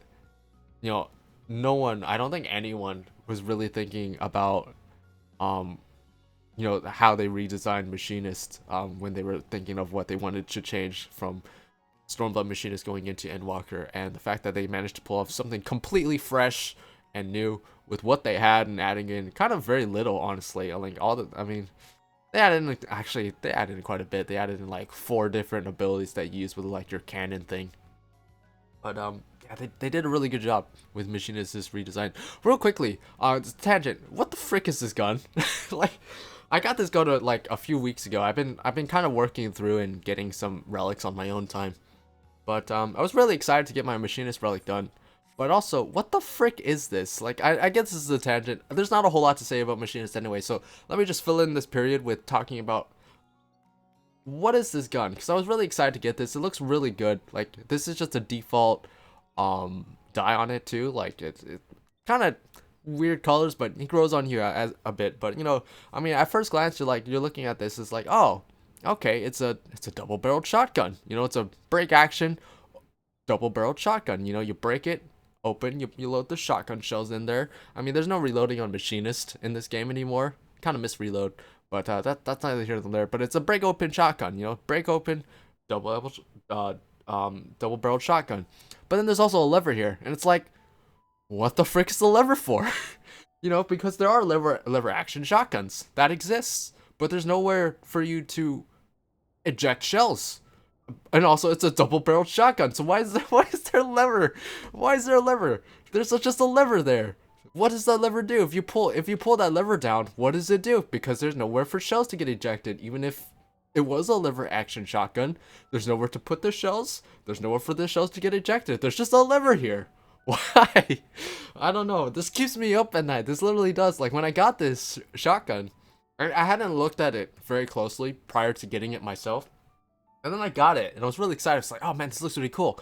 And I looked at it closer, and it's like, what the hell is this? And don't even get me started on the freaking Law's Order revolver or whatever. The absolute logistical nightmare that is. It's basically two guns stacked on top of each other.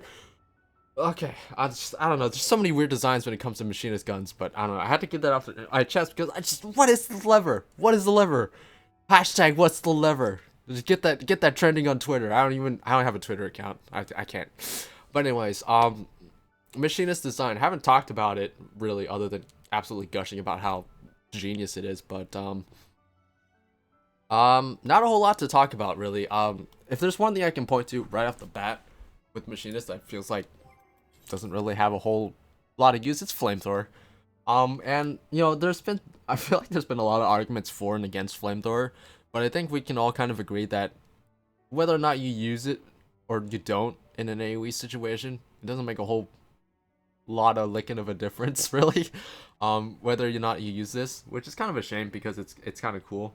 I mean, it's basically just damage, but you have to sit there and channel it, and then if you channel it, there's a good likelihood that you're gonna get hit by something, and it's a pain in the ass to use. It also doesn't generate heat, which is kind of odd, because you're literally spewing fire from your gun, but this doesn't generate heat, you know. So it's like, okay, which I should say, you know, in case you didn't play Machinist back in Stormblood, it did used to generate heat. In fact, this was kind of like the defining thing that you use to, you know, push your heat gauge over into overheat modes to go into your burst phase back in Stormblood. It was a whole thing.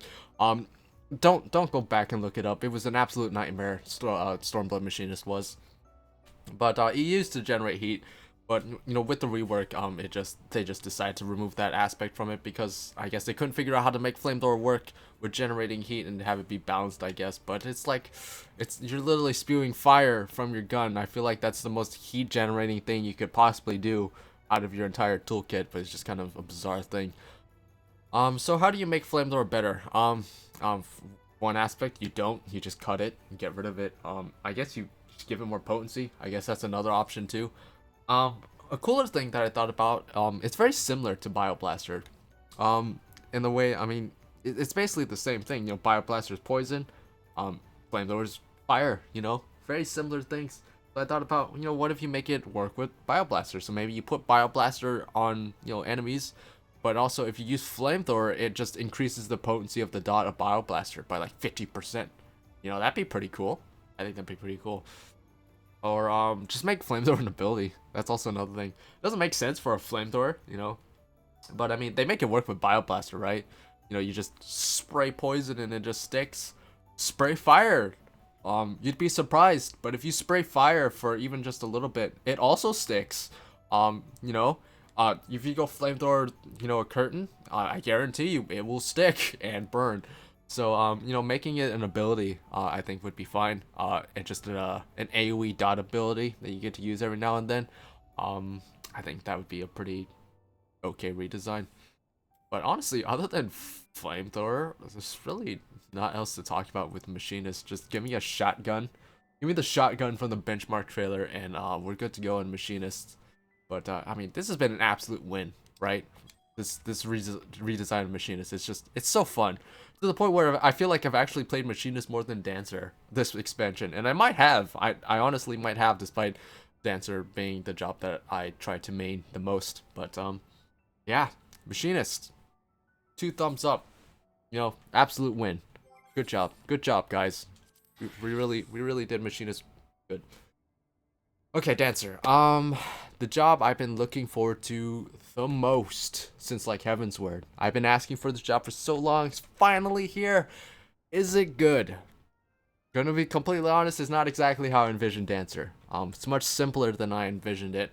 I was also really kind of a little bit disappointed that we didn't get a healer version of Dancer, which is what I was kind of really hoping for. I think healer Dancer would have been really cool and really unique. And it was the right time for it too. Like, I don't think anyone would have argued if we gotten a healer instead of a physical range DPS in Shadowbringers instead. We are getting a new one in Endwalker with Sage. I am glad we are finally getting a new healer after 6 freaking years. But yeah, I don't know. This part of me is still kind of sad that we won't ever get to see a healer Dancer.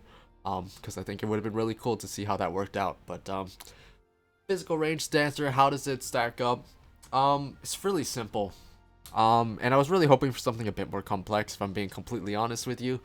But it's really simple, but it also is surprisingly fun, And I feel like jobs like Dancer, similar to Red Mage, simple jobs that are just really easy to grasp and have fun on are kind of something that the game should have more of, in my opinion. So I'm glad that Dancer does exist, although I can't hide my disappointment of wishing that Dancer was just a bit more, I'm not saying, it should be like Ninja or Summoner levels of just complex with all these, moving parts and everything. No, it doesn't need to be like that, but I was just kind of hoping for more, because at the core of it, it's basically, when you're not doing your dances, which are very easy to pull off, I might add, because everything's just kind of highlighted and flashing for you, so it's very difficult to mess up your dance. But when you're not doing your dance, you're basically just using the same 2 abilities, hoping that stuff procs, saving your fan dances and your gauge for when you have party buffs up, and that's basically Dancer.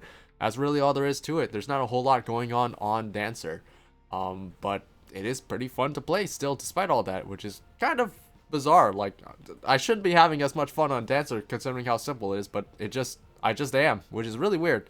But yeah, I don't know what, and the thing about Dancer too is that it's so well designed that I don't know how they could even add more to it without completely breaking the flow of Dancer. Like we see from the benchmark trailer, it looks like they have a new dance, and I'm kind of actually a bit concerned about that, as excited as I am for it. Because, there is room for, we go from 2-step dance to a 4-step dance. What about a 3-step dance, But then I think about, well, if there's a third dance that uses the same, mechanics that standard step and technical step use, is that too much?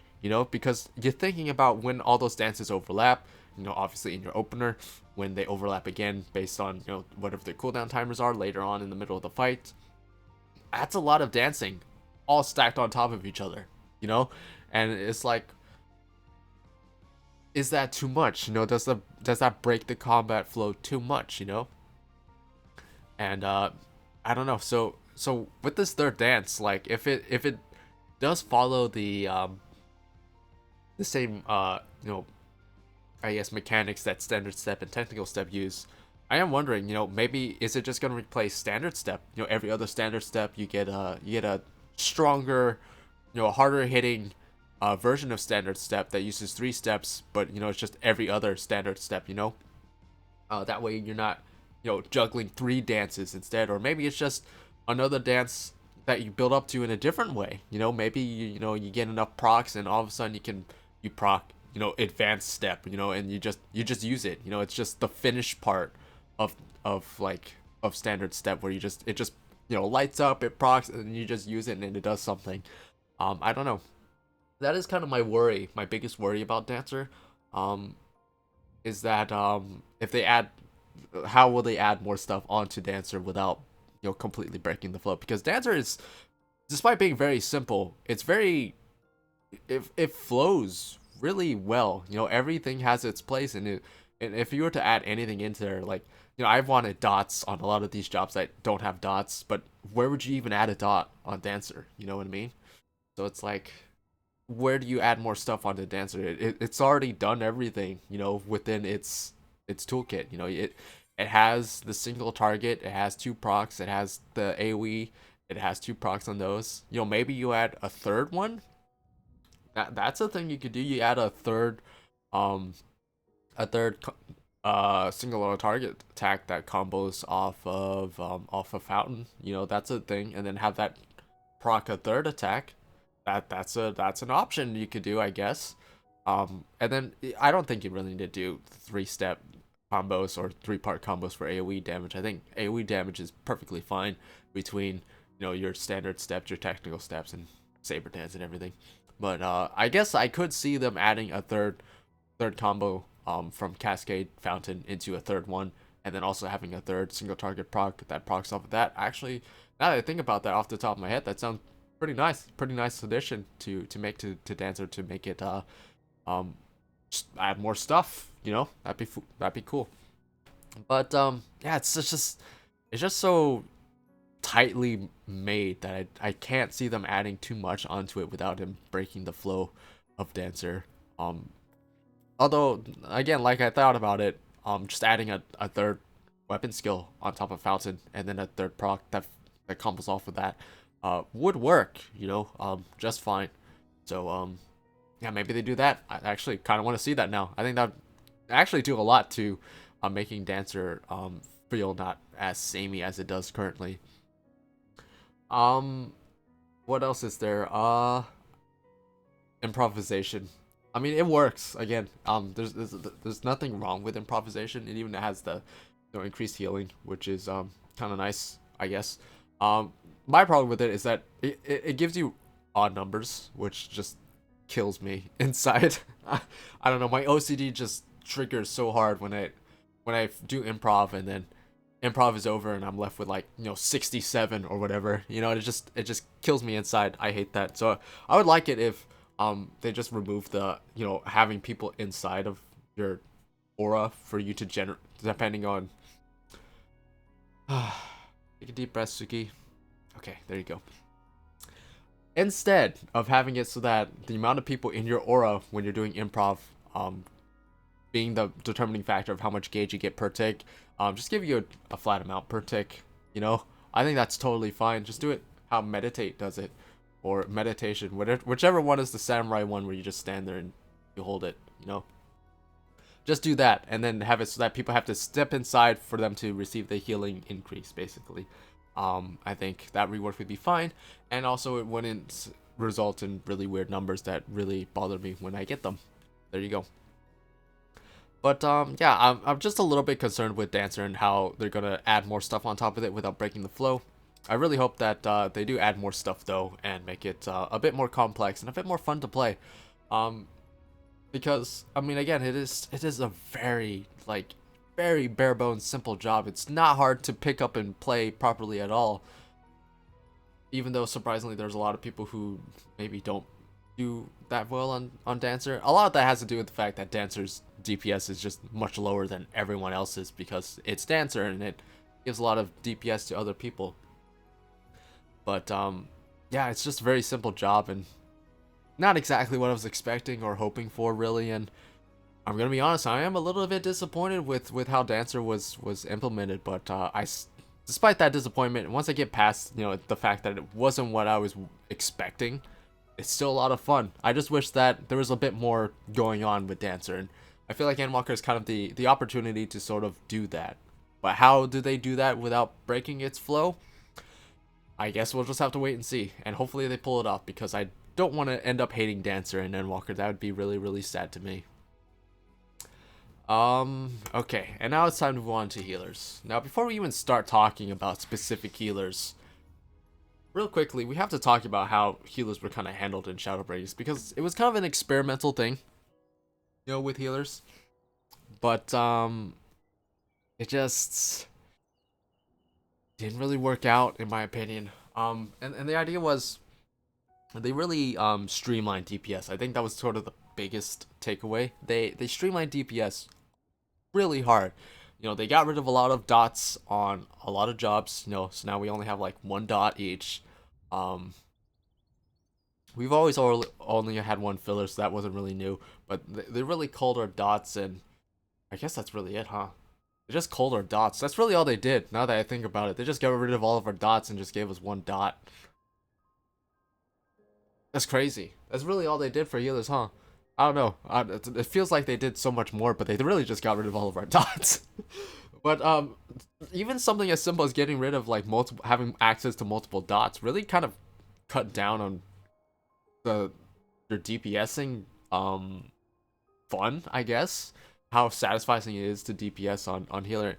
And to be fair, like they did a lot with animations. Like I think in terms of animations with things like Glare, with Dia, with Broil 3, animations are really, really cool. I actually really like the animation and the sound effects that go accompany those things. So I think sound design and animation effects for the new healers was really, really, really good. Glare in particular is just an absolute standout ability for me, or I guess spell. It looks gorgeous, it sounds perfect, and it feels hard hitting. You know, just the way it looks, it feels great to cast Glare. I love Glare. That was really good thumbs up for me. But in terms of like the actual like DPS at its core, just too simple. You know, I don't think that's really what any healer wanted. I was very cautiously optimistic about it when they got rid of, you know, Cleric Stance, or I mean, whatever the hell Cleric Stance. It's what it was in Stormblood, which is basically just a little bit of a damage buff. You know, they got rid of Cleric Stance, got rid of our dots, and kind of streamlined everything. I was kind of like cautiously optimistic about it, but having experienced it for like a little over 2 years now, you know, 2 years and a couple months and change, I don't think that was the right direction to go into, really. And I really hope that Endwalker kind of walks back on that and adds a bit more complexity to healer DPS, and we'll talk about it when we get into more specifics on what I think they could add to make things more fun for healers. But yeah, I think that is something that I really want to see, is a reintroductory to more DPS capabilities, more interesting things for DPS. And it isn't just, you know, adding dots, but having job mechanics build into your, you know, getting access to DPS. Like a Flash's Misery is a perfect example of, you know, having something that's tied to your job that specifically goes into a really fun DPS deal. You know, a really hard hitting AoE DPS that spell that you can only use, you know, once you've, you know, tapped into White Mage's specific job mechanic, the Lilies. You know, as simple as the Lily system is, just having it so that what you're doing on White Mage and what you're doing with your heals somehow ties back to giving you access to this, you know, really cool DPS spell, you know, is really good. So I think a Flash's Misery is kind of a very simple but very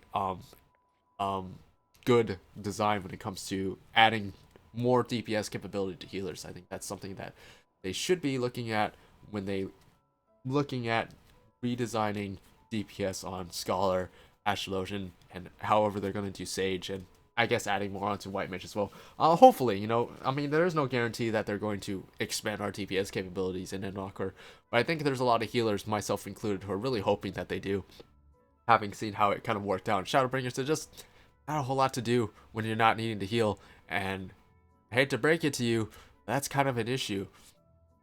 They wanted it so that, you know, there's more focus on healing, but that's just not how that works in this game, you know? Healing is just, when everything goes right, healing is very predictable. And I've said this, the most fun I have on healing is when things go wrong, because that's when you really get to sort of improvise and use your abilities and really push yourself to really pay attention, you know, who do you prioritize, what abilities do you use, what abilities do you save, what abilities do you use on who, you know. And that's the most fun I have on healer. You know, that's why I like healing in the duty finder actually.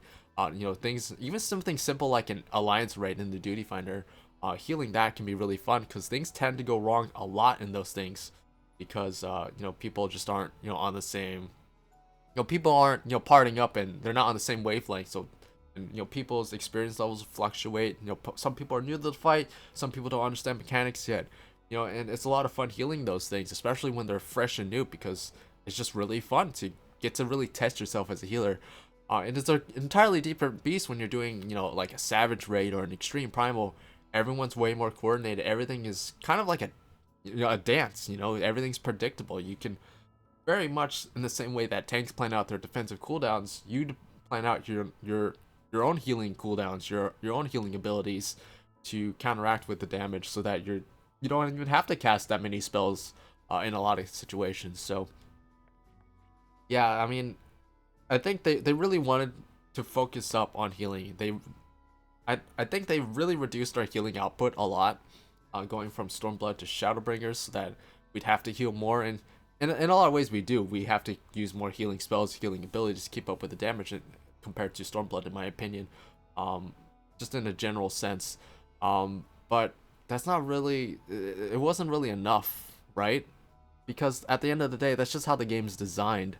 And we're just going to be spending the majority of our time casting DPS spells, not healing, or a good portion of our time. It depends on the fight and how hard things hit. But you get what I'm saying, right? A lot of our time isn't just spent on healing; it's going to be spent on DPS. So I don't think they should, you know, ignore, you know, making DPS fun, just because we're healers. You know, I think they should put some very serious thought and consideration to making DPS on healing fun.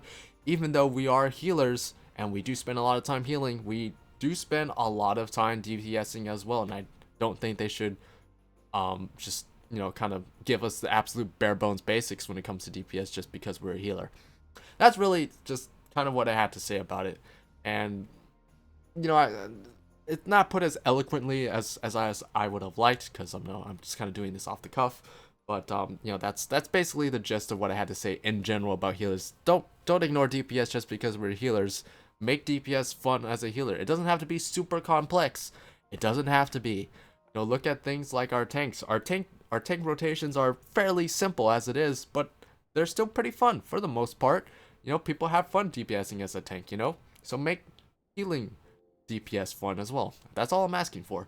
And I have some specific examples we're going to get to on how to do that when we get, you know, into White Mage and Astrologian and Scholar and the changes I would make. We'll get to that.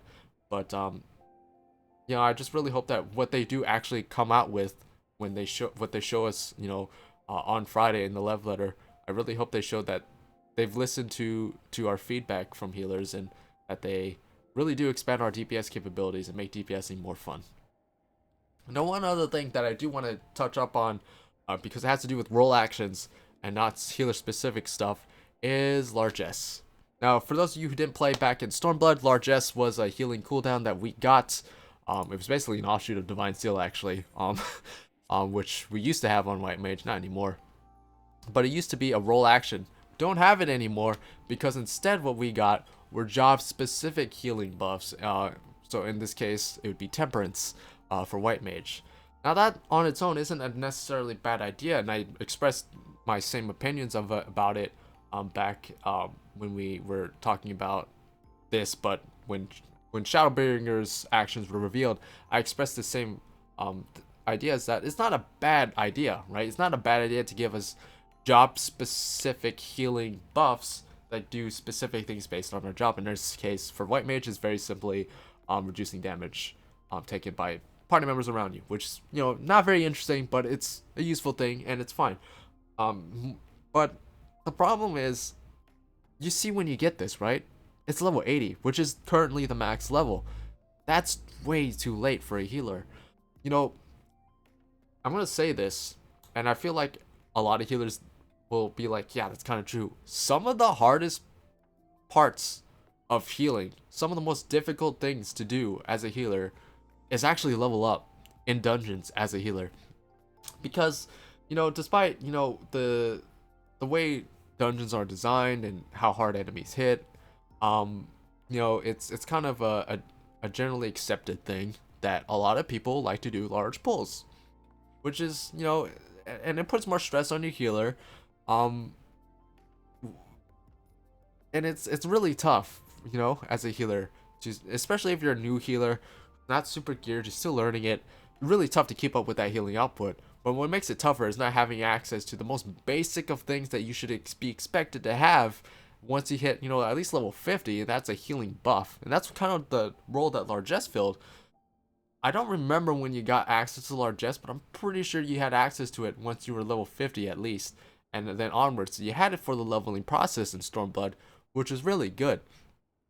This, you have to go through the entire leveling process on White Mage and Astrologian, in order to even get your healing buff. And then at that point, it's a little too late, because you just got through some of the hardest parts of being a White Mage, of being an Astrologian. That's leveling up them without, the sort of cushion of gear, that you might have when you're doing like an expert level dungeon or something, And you got through all that, and now you're getting it, at the end. It just seems kind of backwards to me. So, and I know on Scholar you do get access to Dissipation at level 60, I believe, and then there's other things you can use as a healing buffs, like you have Presence of Mind on White Mage, you have Light Speed and Sinistry as an Astrologian. There's definitely other ways, but the most basic of healing buffs, just an actual buff to your healing spells, is just saved for last. It just feels backwards. So how do they change this? Well, one way is they just add largesse back. Just add it back, and then cut the healing, your specific job. You can still have your job specific healing buffs. You can still have temperance and neutral sect, but just cut the amount of healing potency that they give and have the more job specific things be like the defining part of the ability once you get to it at level 80 or whatever, so that you can have largesse and temperance stacked on top of each other if you wanted to, or alternate them, which would be really cool actually. Or you just have it so that every healer gets largesse at level 50, and then once you get access to temperance, it replaces largesse. That would be totally fine too. I think that would be totally okay. But just having it so that you have to wait until level 80 to get to temperance, to get to neutral sect, wait till level 60 to get to dissipation, it just doesn't feel right, it just feels backwards. It feels like you should have access to those things to get through leveling dungeons, because leveling dungeons, they're pretty tough. Yeah, even as someone myself who's an experienced healer, has been healing basically since A Realm Reborn, it's really tough to get through some of those sometimes when you just get them in roulette, because there's a lot of factors going into how easy a leveling dungeon goes. If your tank's pulling big, there's a lot of factors that goes into it. Maybe your tank isn't super geared, maybe they're below the the average item level of the dungeon that you're doing, which, by the way, there is no item level requirement for dungeons. I don't know if you know this. You could queue, like, I'm pretty sure, like, if I just removed all of my gear, if I move all of my gear right now, I'm gonna look like a real fool if I can't actually do this. Oh, there is. Never mind. I'm a dumbass. Can we just cut this part out? Can we just cut this out? Okay. There is an item level requirement, but the point is, it is actually fairly low. Hold on, let me look at this. I didn't actually know they added this. I feel like this is something new that they added some time ago, and I was like, oh yes, finally they added it, but I forgot about it. What is the item level requirement? What does it even say on here? There's the average item level. Is that what it is? 245? That doesn't seem right, because you get 270 stuff. So there is an average item level, but it's actually fairly low. And when you're doing this, like, besides the gear thing, your tank could just not use cooldowns. I mean, I feel like we've all been in that situation. We've all been in the position where your tank just doesn't use any cooldowns on trash pulls, and they'll do the good old, like, fight or flight, rampart, sentinel, 5 seconds before pulling the boss thing. You've seen those tanks before, right? Don't lie, you've seen those tanks. Even if you're not healing, you'll be like, what the hell is this? What is he doing? And you have tanks like that who don't use it, on trash pulls, which is bizarre because in a leveling dungeon, the most damage you're taking is during trash pulls. I don't know if you know this, tanks, but here's a little secret. Your defensive cooldowns are actually offensive cooldowns during trash pulls. Because when you're taking less damage during trash pulls, that means your healer can do more damage. That means more holies, more gravities, more Art of Wars. So it's actually an offensive buff. You think about it that way. So think about it that way for us healers, please. we really would appreciate it if you thought that way when it comes to your defensive cooldowns and whether or not you choose to use them or not in a dungeon. Even as something as simple as a dungeon, it's pretty important to use those defensive cooldowns. But also there's the fact that, your DPS, on top of not being very geared, maybe they just don't understand the rotation. Maybe they're using their single target rotation, even though there's like 10 enemies, There's a lot that goes on, and just having something as simple as a healing buff should be available, I think, at least at level 50 onward, And I think, just thinking about it, I think you got largesse maybe like in the mid 30s or late 40s, something like that. But you had access to it, That's what I'm saying. You had access to it, and you should have access to it again. So, alright, let's keep going. I already made a fool of myself. I'm going to keep that in, by the way, because it would take way too much time for me to go back and actually put this into Adobe and cut out that part. So, haha, have your fun laughs at me for forgetting that there is actually an item level requirement for dungeons, even if it is very low. But we're going to move on to White Mage now. So, let's get into specifics. What can they do to White Mage to make it better? Well, honestly, if I'm being completely honest with myself, that was redundant. We already said something stupider just a few minutes ago, so we're not going to make fun of what I just said then. How do we make it better, right? But with White Mage, I honestly don't think they should change a whole lot. Like the Lily system, it's very simple, but it works, And I generally welcome the fact that having access to instacast, very potent instacast healing spells is really nice. Having a Flatch's Misery be kind of a job mechanic tied to that is really cool as well, having access to that really big hard-hitting spell. There's not a whole lot I would change on White Mage. I think White Mage should stay as it is, a very simple, straightforward, just pure healer, Access to a lot of healing spells, access to a lot of very nice healing buffs. Just keep it all the same, basically. But just add a couple more stuff onto it, on top of it, especially in terms of DPS. Honestly, if I'm just looking at one thing they could add, you just add Arrow 3 back. That's all you do. You add Arrow 3 back. And congratulations, you just made White Mage so much more fun. Add Arrow 3 back. Not actually Arrow 3, because, we're kind of done with using Wind and Earth aspected spells, it seems, on White Mage. We're in, using, light aspected spells or whatever. So in this case, it'd be, adding Dia 2. But you keep the same, animations of Arrow 3, basically. You have to keep the staff twirl of Arrow 3. If you've never seen Arrow 3, by the way, because you didn't start playing Shadowbringers, or you didn't start playing Final Fantasy 14 until Shadowbringers, which a lot of people, Shadowbringers got onboarded them onto it. But if you haven't seen Arrow 3, go back, search it up on YouTube. I hope someone has it there. I technically do have it on my channel, but it's stuffed in, basically all the Stormblood content and Heavensward content. You'd have to sift through and find White Mage stuff to find it, but go back and look at Arrow 3's staff twirling animation and tell me that isn't the coolest damn staff animation there is in the game. That is so bizarre they got rid of that. They didn't keep that for anything. Yeah, you have to bring back the staff twirl. Bring that back, but make it light aspected. Dia 2, make it light aspected, make it an AoE dot, and all of a sudden, bam, you made single target. Also, it has to stack with Dia 1, but bam, you made single target DPSing a little more interesting, because now you have a second dot to upkeep as well. You also made AoEing more interesting, because now you have Dia 2 to cast before you start spamming Holy, and also you have a Size and a Flash's Misery also on the side when they're available. So there you go. One spell, that's all you need, one spell. And all of a sudden you made AoE and single target more interesting, and also bring back the staff twirl. This is probably not going to happen, but man, if you wanted me to just be absolutely happy and just have the biggest smile on my face and gladly return to healing main, an Endwalker, which I'm still undecided whether or not I'm going to do that, but I am on the fence, honestly, between range DPS and healing for Endwalker. I guess we'll have to see. I feel like the deciding factor would be what my other free company members want to do, and also what we see in the job action trailer, in the live letter, and in the media tour, the information we get from that.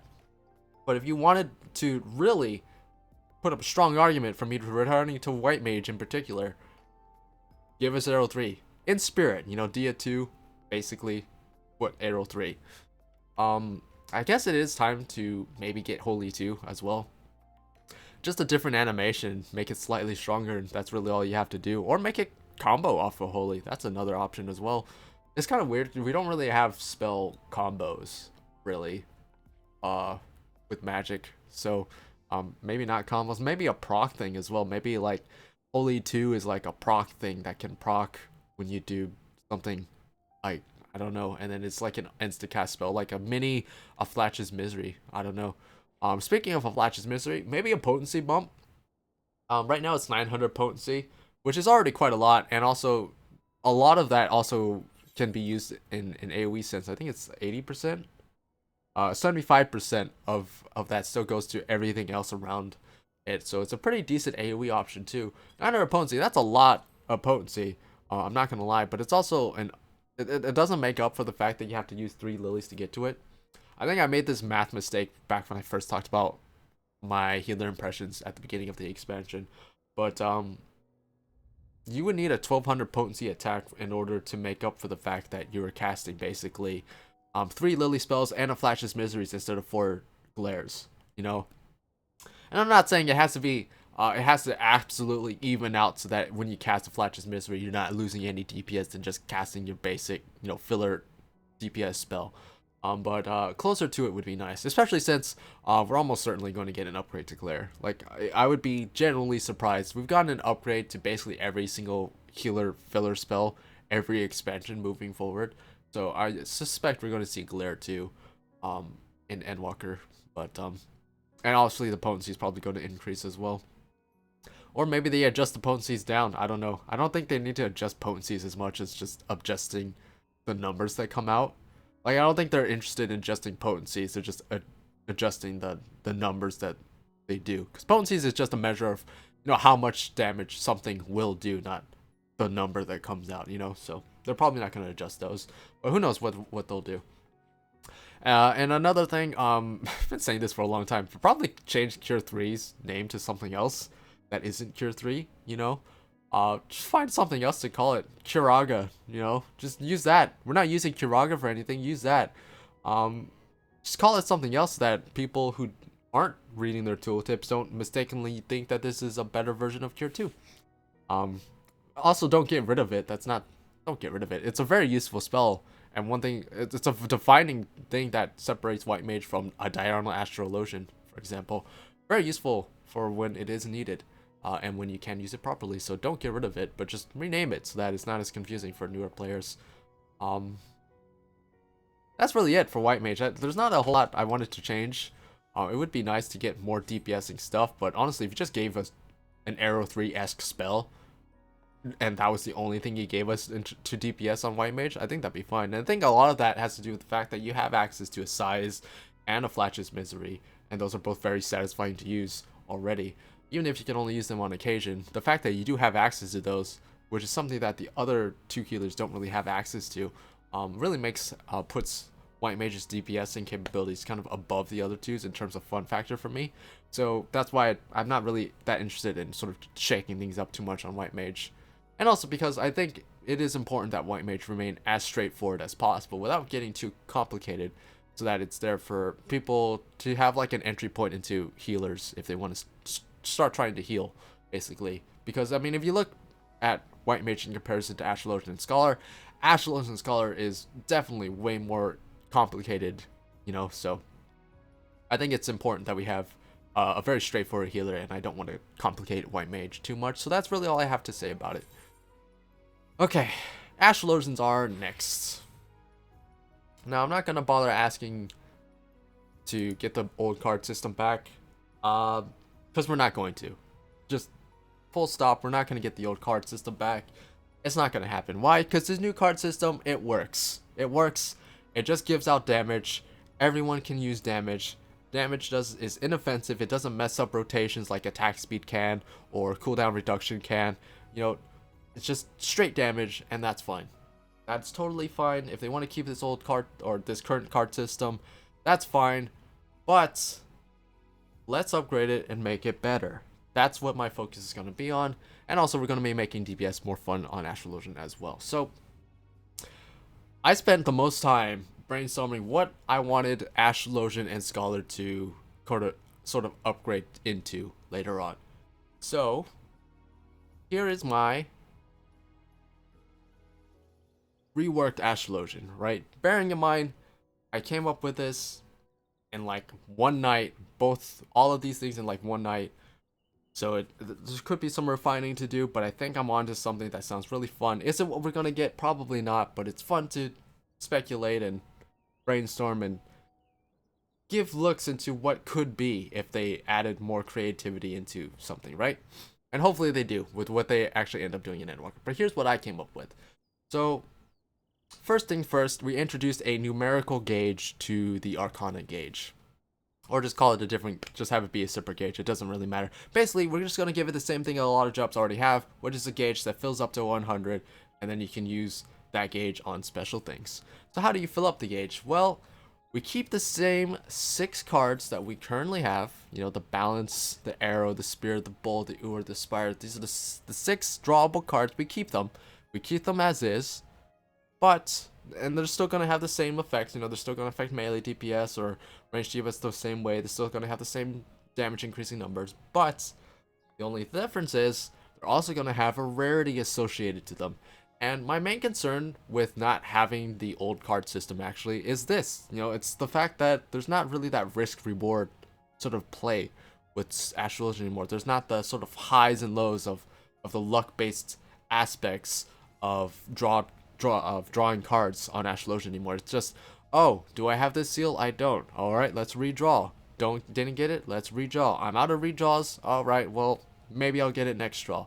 That's really all that goes into it, and that's not interesting. That's not fun. There's no highs when it comes to drawing the Balance like you used to get, or there's no highs when you used to get the Arrow, you know?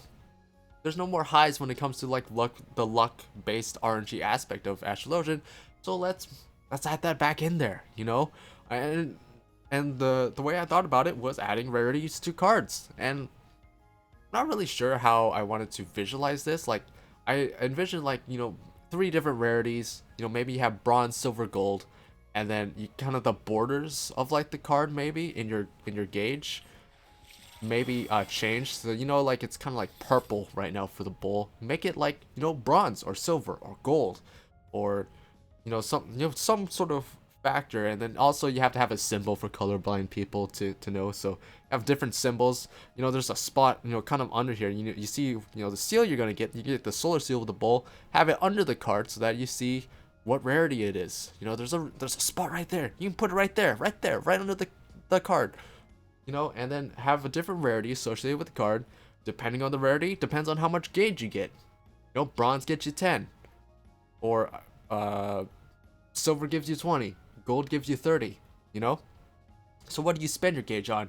You get a new instant cast spell that you can use once you have 50 gauge, you know? And then like, I don't know what you could do, but when I was envisioning this in my mind, I thought, oh, well, you just shoot your cards out, you know? And then they all fly around the enemy, and kind of like how Saber Dance's animation looked, but it's with Astrologian cards, and they come back to your weapon, and then you just keep going.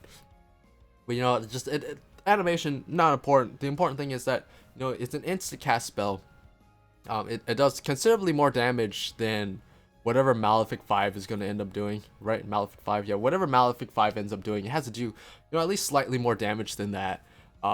Be instant cast as well, and also it should have sort of like an AoE aspect to it as well. Kind of like how, you know, a Flash's Misery is, or Saber Dance, you know, have a fall off, you know, so that, you know, it's still effective for AoE, and it's still better than just using a normal gravity, but it's still, you know, within reason. You know, it's not just doing crazy amounts of damage, or maybe it does because you only get to use it every now and then.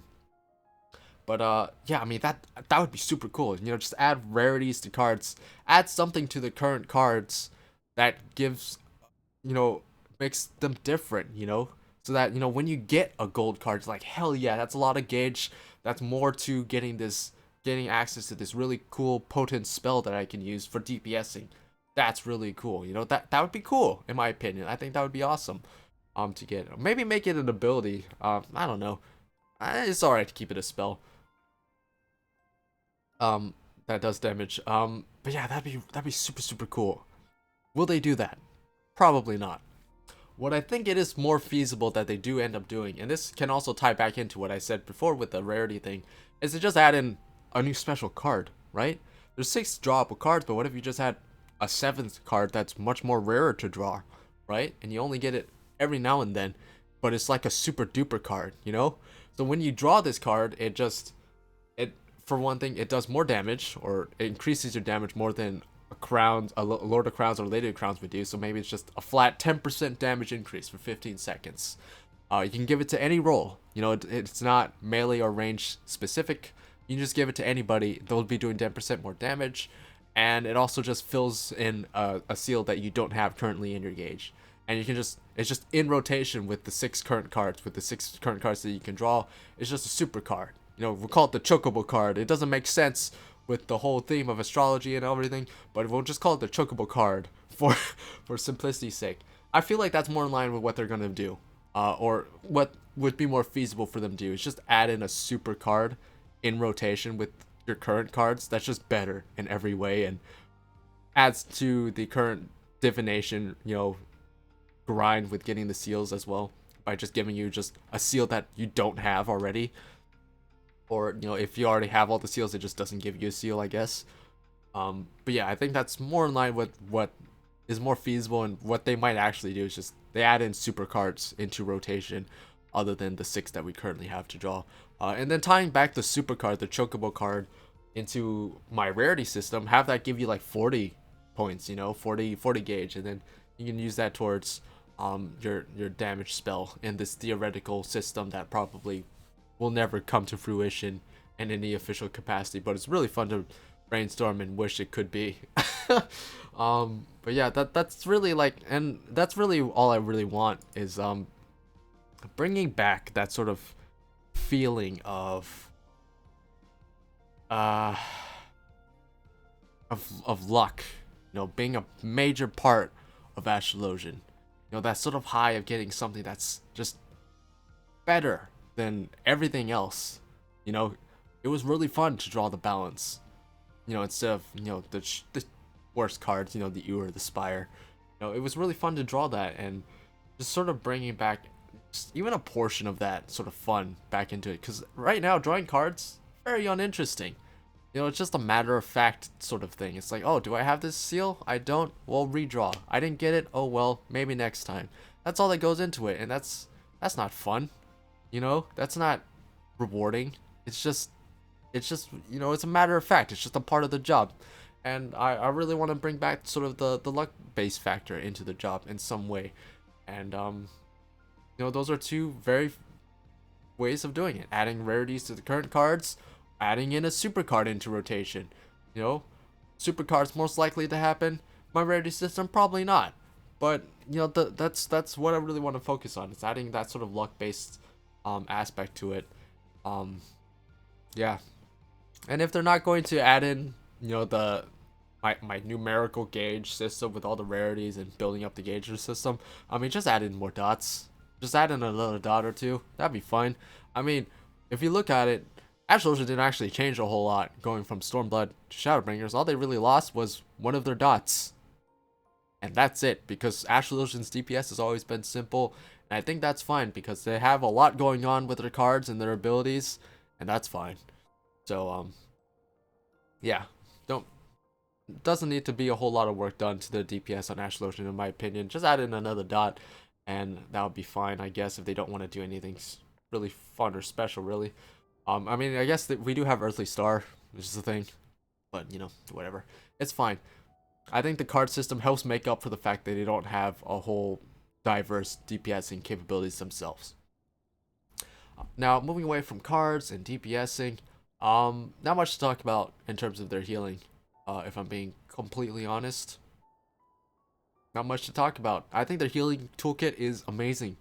Now it is kind of unavoidable, with how healers are going to be classified going into Endwalker, that we're going to lose our sex, our sex. We're going to lose our sex.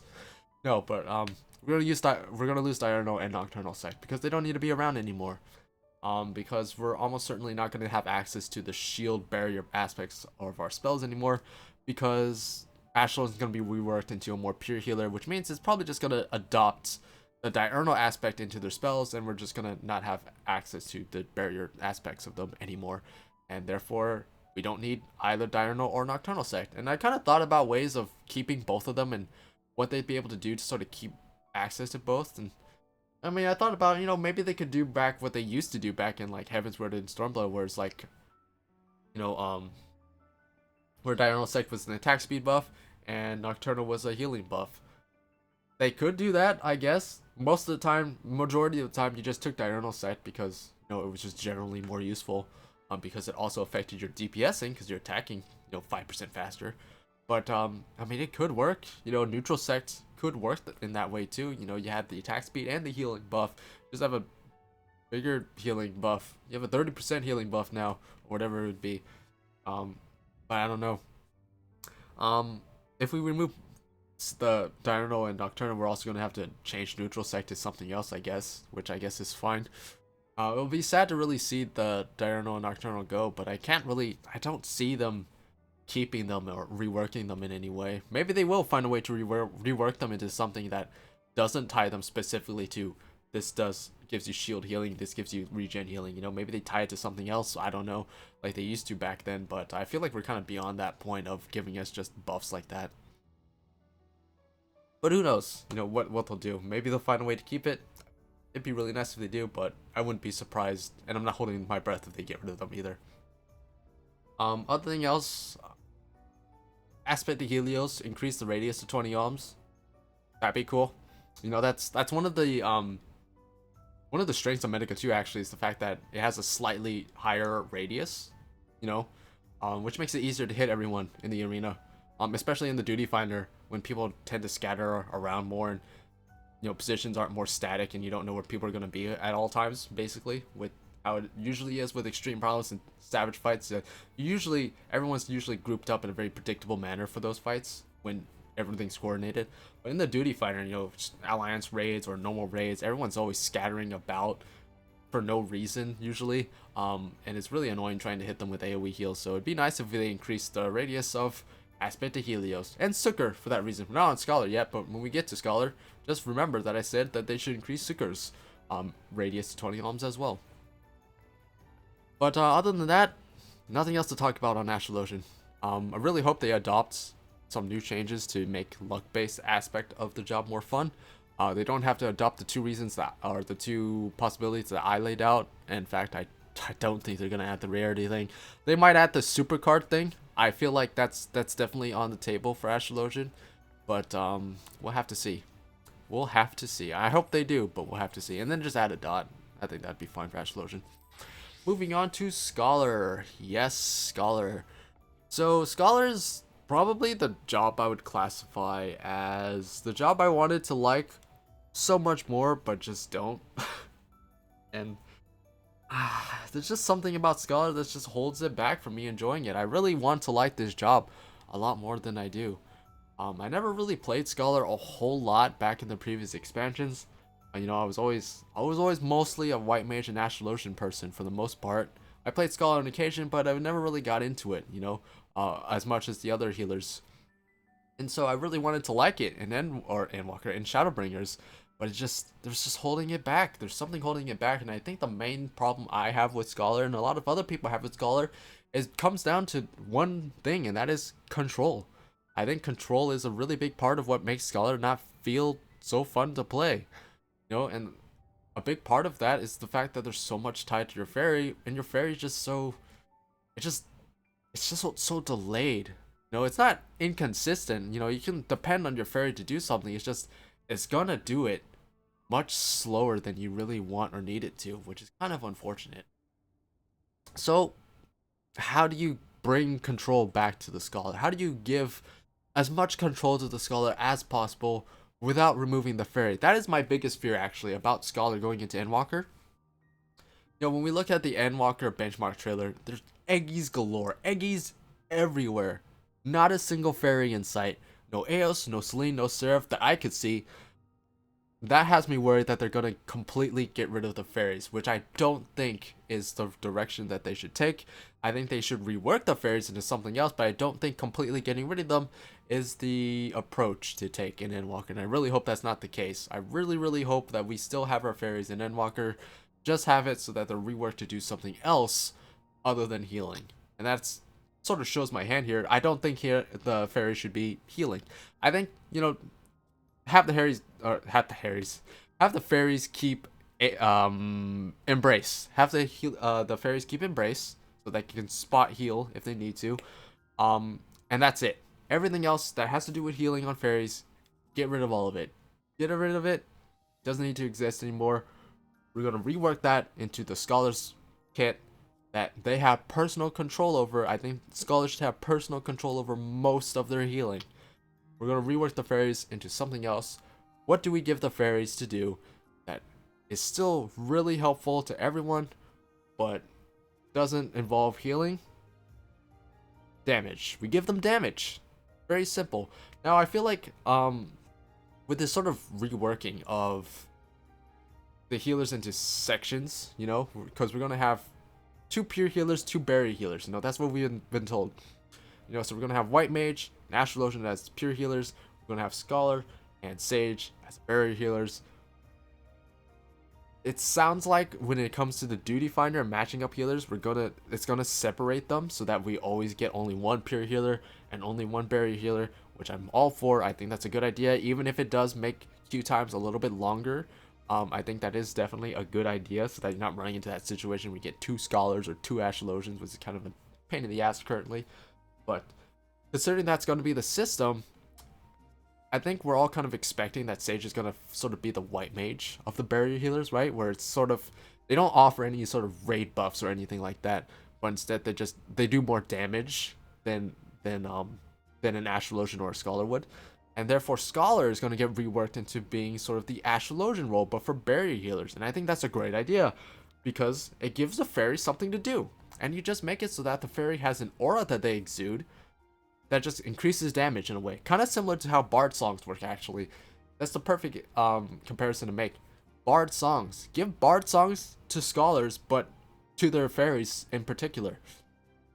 And, you know, just kind of have it so that, you know, scholars kind of just have their fairy exude an aura that everyone who's in range gets the buff, you know? And it just make it a really small buff because it's going to be on, like, most of the time, you know? Very small buff, kind of like taking Bard's sort of, buffs into account. You know, those are very small buffs, you know, 1% damage, 2% crit rate, 3% direct hit rate. I'm not sure what you would give to the fairy, but along the lines of that kind of power, maybe a little bit higher or lower, you know? Maybe probably a little higher, maybe like 2% damage at most, I think would be fine for a healer to bring to the table. I mean, especially looking at Astrologian. Astrologian gives like cards at least once every 30 seconds. They have divination once every 2 minutes. Is 2% too much? Maybe 1.5%. But, you know, balance it so that, you know, they're getting a constant but very tangible and noticeable damage increase to the party. I think that'd be really cool to give to the fairy, in my opinion.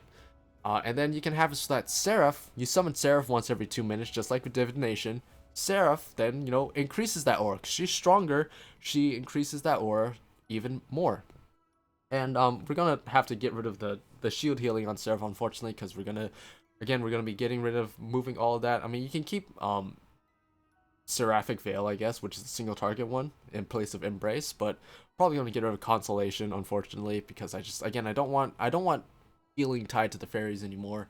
I want that more in the scholar's direct control. So keep Seraphic Veil. I think that's fine, but also make it so that it buffs, you know, it increases the damage buff that the fairy aura exudes. I think that'd be really cool, in my opinion.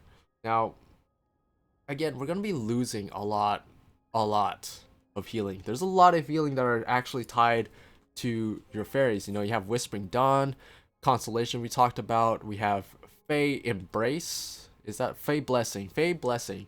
Which is basically just an AoE attack. We have Aether Pact. I think Aether Pact's got to go too. And we'll talk about what to do with the Fairy Gauge in a bit. We're gonna be losing a lot of that. So instead, what I suggest is that on top of everyone receiving a damage up buff from the Fairy Aura, they also receive a healing up buff as well. The increased healing via healing actions. Very important that it's healing actions, because a lot of Scholar healing, a lot of their strongest heals are abilities, right? You know, you don't want it just affecting, you know, Physic and Sukkar or whatever, because, I mean, you're not casting those very often. What you're casting a lot of is Indomitability. You know, you're casting a lot of Sacred Soils, a lot of X-Cogs, you know? So you want it to affect healing actions. I'm not really sure how much to sort of give, to sort of replace the fact that you're getting rid of most of the healing from the fairies, right? We're just keeping Embrace, we're just keeping Seraphic Veil. That's all we're keeping in terms of healing, and that's just going to be up to the fairy to do. They're just going to do spot healing, you know? You're not going to control it, they're just going to do spot healing. You know, whoever needs it, they'll heal. But and I don't know how much to really give to this healing action. Maybe 5%, maybe no more than 10%. Because again, like, I mean, I guess you could have it only affect the Scholar as well, not the other healer, and what other healing abilities DPS jobs might have access to. But you could just have it affect the Scholar, in which case you can maybe make it a little bit more powerful, because we do actually have access to Fey Illumination that we're also going to be missing as well, which is kind of a small healing buff. Again, this only really affects magic potency, right? Which only affects spells, so it only affects like Sukkar, Embrace, Adloquium, Physic, you know. And again, like we talked about, a lot of the strongest healing abilities on Scholar are just that, they're abilities and not spells. So it needs to affect healing actions, so maybe 5 to 10%, you know, depending on how you want to balance it out. I haven't really thought about it, you know. I'm just kind of spitballing here an idea of what could be, you know. The balancing and all that refinement, you know, that comes later, you know. But I think that's a good idea. I think that's a really fun idea too. You know, you increasing damage, increasing healing received. I think that's a good thing to give to the fairy without actually having them heal. And then you keep all the healing in the direct control of the Scholar. I think that would go a long ways of making that better. On that note, let's move into some DPS things, because there's a lot of stuff I want to talk about when it comes to Scholar DPS, just like with Astrologian. I feel like we should rework the Fairy Gauge that, like with what I suggest with Astrologian, it just affects the damage spell in some way. You'll notice that with Scholar we have access to Ruin 2. What if we had a better Ruin 2 that you just got access to when you had 50 Fairy Gauge that you could use? Instacast still, slightly stronger Ruin 2, maybe a little bit stronger than whatever the best Broil spell is going to be, and then you have that available to you when you have 50 healing gauge, and you still get the healing gauge the same way by using your Aetherflow abilities, you know. Another thing, since we talked about it, that I think Scholar should get is have Broil get the Malefic treatment, you know, have its cast time reduced by 1 second so that its cast time is a little bit faster than the recast time. So you have a little bit of, you know, that small period of time to use abilities without it having to cut into your GCDs. I think the reason why we haven't gotten this on Broil spells is because we have access to Ruin 2, which is an insta-cast spell, which is arguably something that the other healers don't have. That is true, but I would much rather, like, if we had to choose between keeping Ruin 2 or getting Malefic style Broil spells, I would choose Malefic style Broil spells with a faster cast time, and just getting rid of Ruin 2 altogether. If that's the trade-off I have to make, I would much rather prefer that, in my opinion. Energy drain. I think this needs to change. I was one of the minority, apparently, when it came to Shadowbringers launch and Energy Drain no longer being a part of the Scholar's Toolkit. Remember, back in the beginning of Shadowbringers, we didn't have Energy Drain. Energy Drain was no longer a part of Scholar's Toolkit. We just used Aetherflow for healing and defensive abilities. No Energy Drain, it wasn't there. People complained a lot, Energy Drain eventually got added back in. And then we had Energy Drain again. And then sometime after that, midway through the expansion, they actually reduced Energy Drain's potency by quite a bit. I think it went from 150 down to only 100. So now it's really just only a shell of its former self at this point. So just get rid of it or change it. Like I said before with the Faerie gauge and having sort of an upgraded Ruin 2, maybe have it so that Energy Drain is just an ability you have, once every 30 seconds. And on top of giving you the MP and the healing, it also increases your Faerie gauge by a little bit too. Maybe like 20-30% healing gauge. That would be cool. And then have it feed into an upgraded version of Ruin 3. There you go. Something to do with Energy Drain. If we're going to keep Energy Drain around, I don't want it to affect your Ether Flow. I want Ether Flow to be specifically for healing or defensive abilities, in my opinion. Especially if we're going with my version of Scholar for Endwalker, where the Faerie doesn't have any healing attached to it. Ether Flow is going to be a lot more valuable for those healing moments, for those moments when you need to heal. Things like Indomitability, Sacred Soil, XCOG, it's going to be much more valuable to have those things if your Faerie doesn't have any healing attached to her. So I think that Ether Flow should be saved exclusively for healing in my theoretical Endwalker version. And just in general, I don't want Energy Drain to be a part of Ether Flow anymore at all. No matter what changes about Scholar and Endwalker, I don't want it feeding off of Ether Flow stacks anymore. That's just my personal opinion. I know there's a lot of scholars out there who like having it attached to Ether Flow. I just don't like having to trade off my powerful healing spells for just damage. I think we're kind of beyond that point. I feel like we're beyond that point when we got rid of, the old cleric stance that increased your DPS but made your healing crappy. Once we got rid of that, I feel like Energy Drain should have just shifted. We should have shifted away from that having to choose between using, something for more DPS or healing.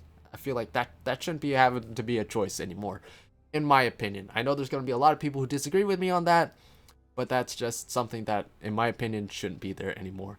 We're going to have Energy Drain stay. It should just be on a cooldown that's separate from Ether Flow. Uses some other resource that isn't Ether Flow. That's just my opinion about Scholars. As for other aspects of Scholars that I want to talk about, not a whole lot, honestly. I feel like Scholar, most of my changes is about taking the healing aspects from Fairies, giving more healing control to the Scholars, making DPS a little bit more interesting, and also adding the support aspect in terms of raid-wide DPS to Scholars. I mean, Scholars kind of had that. They have, change stratagem, I guess, which, is fine. It's nothing major, but it's there. It definitely helps. Sometimes, it's only 10% once every 2 minutes, but on paper, it should theoretically help. Another thing, also Dissipation. Remove the Faerie going away with Dissipation when you cast it, in my opinion. I don't think that should be there.